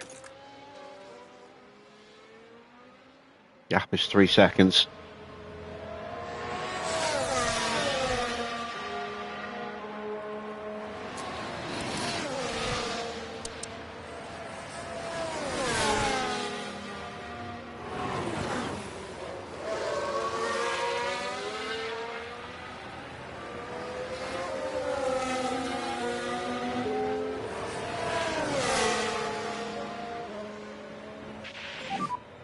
So 2 laps that are remaining.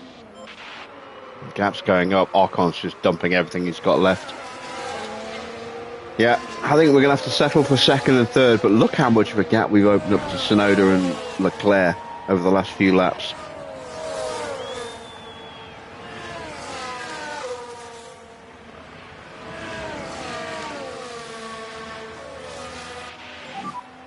Currently on target. Behave up.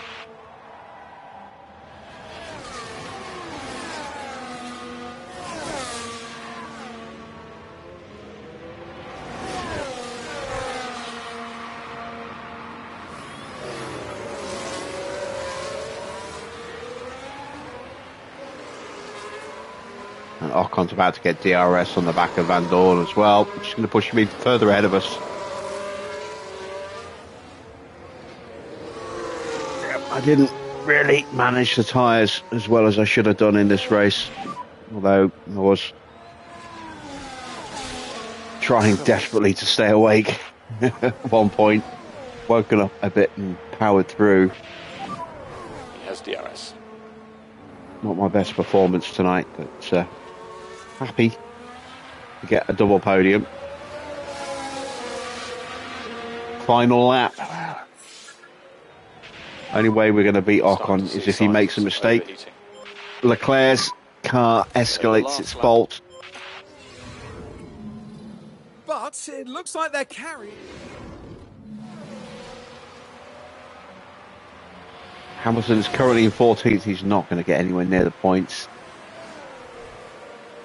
So a bit of a miserable day for Ferrari. Not a great day for McLaren either. Only one car in the points and not all that high either. 7th. Good win result for Ocon, but tempered by the fact that Alonso is out.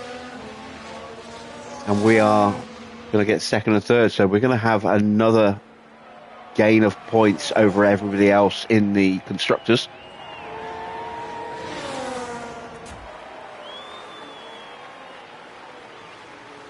It's just now a question of which of our two drivers is going to take second. Will it be Oscar? Will it be George? I think it will probably be George.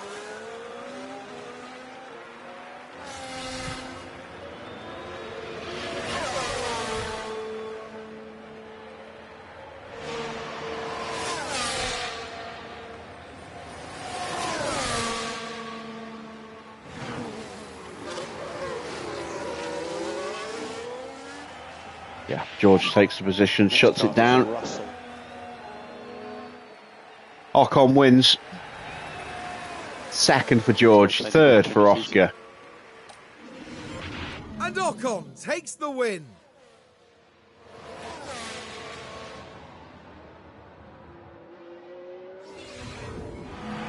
Astounding. I don't think anyone would deny them their victory lap after a race like that. And it was a really good performance from Esteban. He's starting to pick up some really good form as well. So that's P2. Oh my goodness gracious. Thanks for your efforts. Yeah, good job. Well done today, mate. Pick up rubber where you can. There's Sonoda coming home in fourth place. Excellent result for RB. That's a checkered flag. Ferrari will have to settle for fifth. Finish P3. 10 points for Ferrari. Porsche gets some really good points. Much needed points for Mercedes there. Great job, Oscar. Here comes Norris. Usual reminder, Oscar. Just 6 points for McLaren today. Plus whatever they got in the sprint. If they got anything in the sprint. Stroll will take 8th place. Hulkenberg 9th. And Valtteri gets another point in that Sauber. And Ricciardo has run out of fuel crossing the line. Just waiting on Sargent to cross the line. There he is. And that, I think, no, Gasly as well.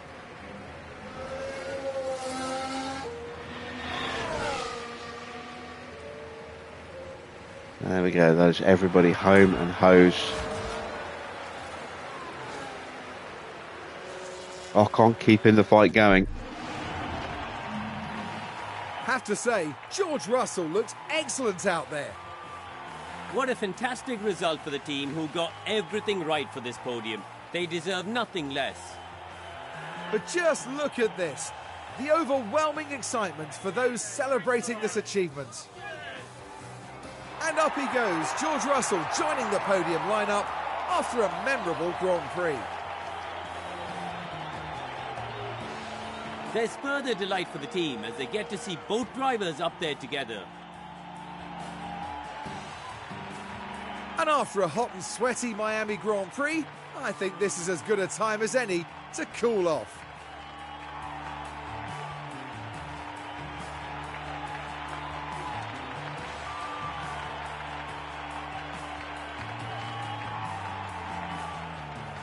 Well, Karun, how do you think they'll be feeling in the team garage at the end of that? Well, they'll be so proud to have had both drivers on the podium. They're certainly doing something right. And with that, our weekend in Miami now draws to a close.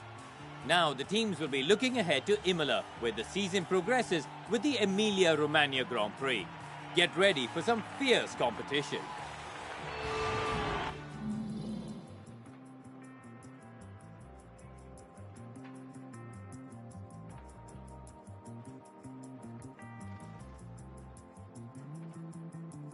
Just reading a little headline that's come through. Michael Andretti has made a statement. He will have no involvement in the F1 team.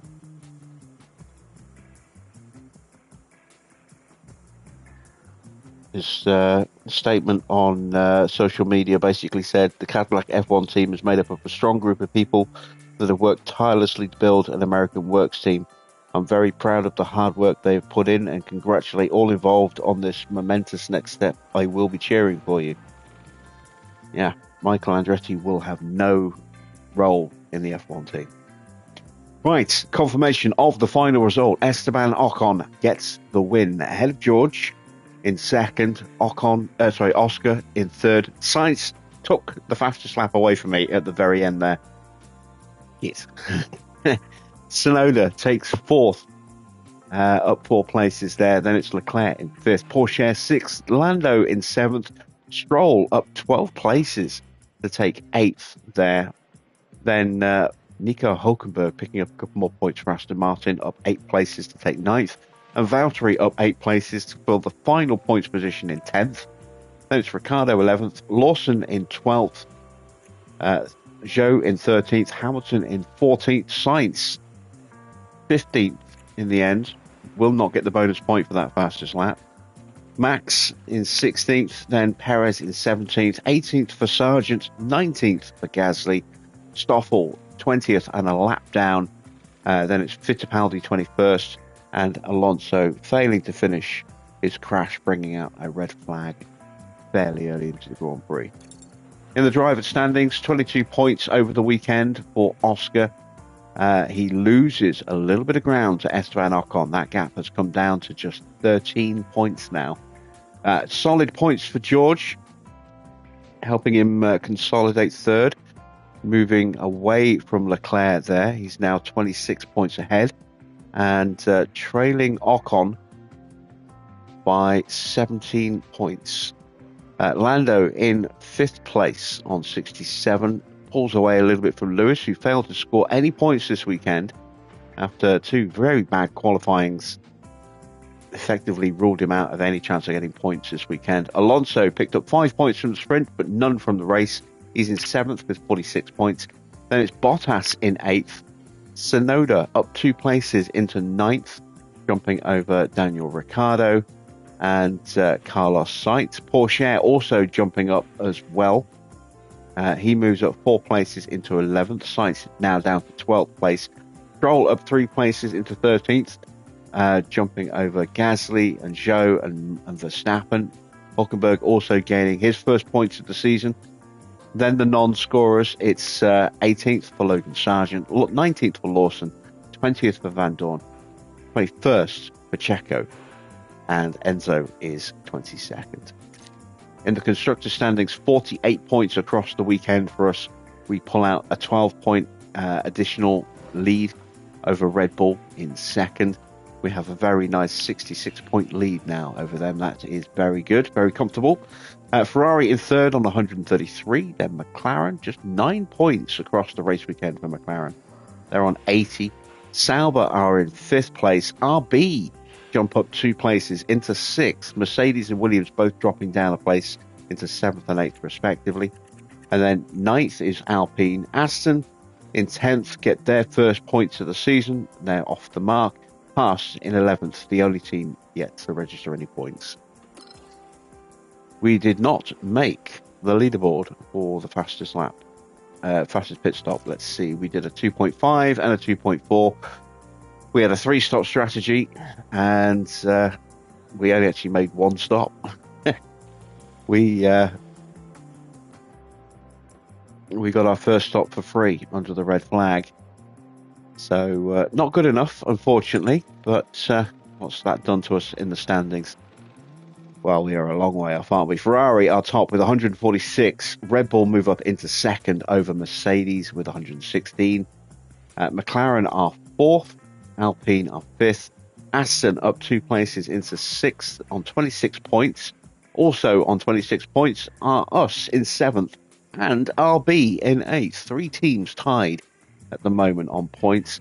Haas 9th with 16 points. Williams with 12 in 10th and 11th. Sauber yet to register any points in this competition.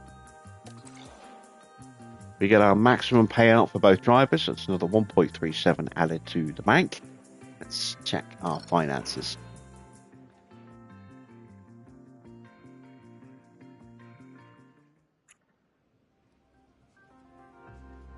We got 1.6 mil.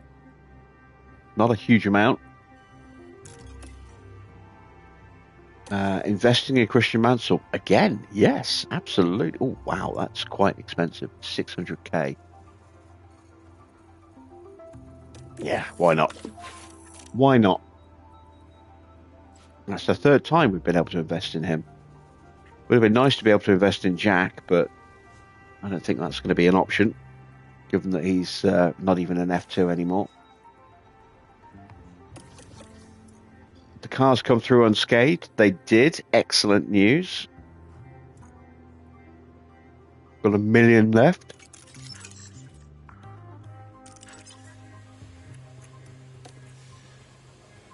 $11 days until the front wing is ready. That will be ready the day of Imola. We can put that into production. We've still got another suspension, another 2 suspensions to come, and another rear wing to come. What are we looking like now in the warehouse? Need another chassis. Another underfloor, another side pod. Well, we're not going to do underfloors because we're working on underfloors right now. We're not going to do front wings. We don't need them, and we've got more front wings coming. Yeah, let's get that chassis.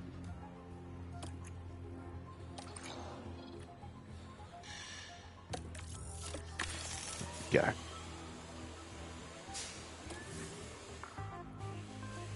Right, Imola is the next Grand Prix. Let's advance time.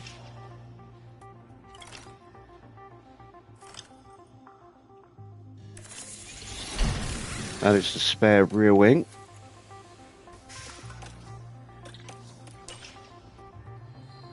Got some money coming from our sponsors.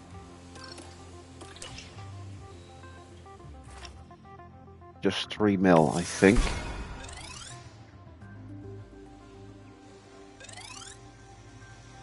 I think we had a... Oh, no, we had a mandatory, didn't we? Yeah, there we go. Oh, it's only worth 700k. Oof. Alright, so that's added a bit of extra cash into the bank. Let's have a quick look at our facilities. We need to get the CFD sim refurbed. Let's go ahead and get that done there. We're going to save the rest of the money for the front wings. They're going to be ready soon. And we will do our sponsor plan at the start of tomorrow night's stream. We're going to call it a day here. We've got a weather forecast for Imola. It's going to be wet on the Friday, but it will be dry, albeit cloudy, for the rest of the weekend. And there we go. That is it for tonight. An excellent weekend for us. We got a very dominant 1-2 in the sprint, and we got a very nice double podium in the main Grand Prix as well. Sitting very pretty at the moment in the constructor standings, and in good shape in the drivers standings as well, first and third. We are going into one of my favourite tracks for our next round. Obviously we've got some sponsor money to plot, see what we're going to have to do in terms of mandatory activities. We'll probably have one that we need to do. Hopefully it'll give us a decent payout, because they've been a little bit small recently, so we shall see. Don't forget, you can check out more F1 Manager content on my YouTube channel. You can also check out the Porsche series on Twitch. There are still a couple of episodes that you can view before they disappear into the ether. From this weekend's racing, we did a double race on Saturday and then a single race on the Sunday. Highly recommend you check those out. A lot of good fighting for positions in those replays there. And Empire of the Ants continues. New episode dropped today. I've got another one already uploaded and ready for tomorrow. I've got more content to edit to then upload for the rest of the week as well. And a whole wealth of other games on my back catalogue that you can check out as well. If you are new to the channel, please consider subscribing. If you've enjoyed tonight's stream, please drop a like. I will be back at the usual time of 8 PM tomorrow. Until then, that's it from me. Thanks for watching. I am Jim Bob, and I'll be back with more F1 Manager very soon.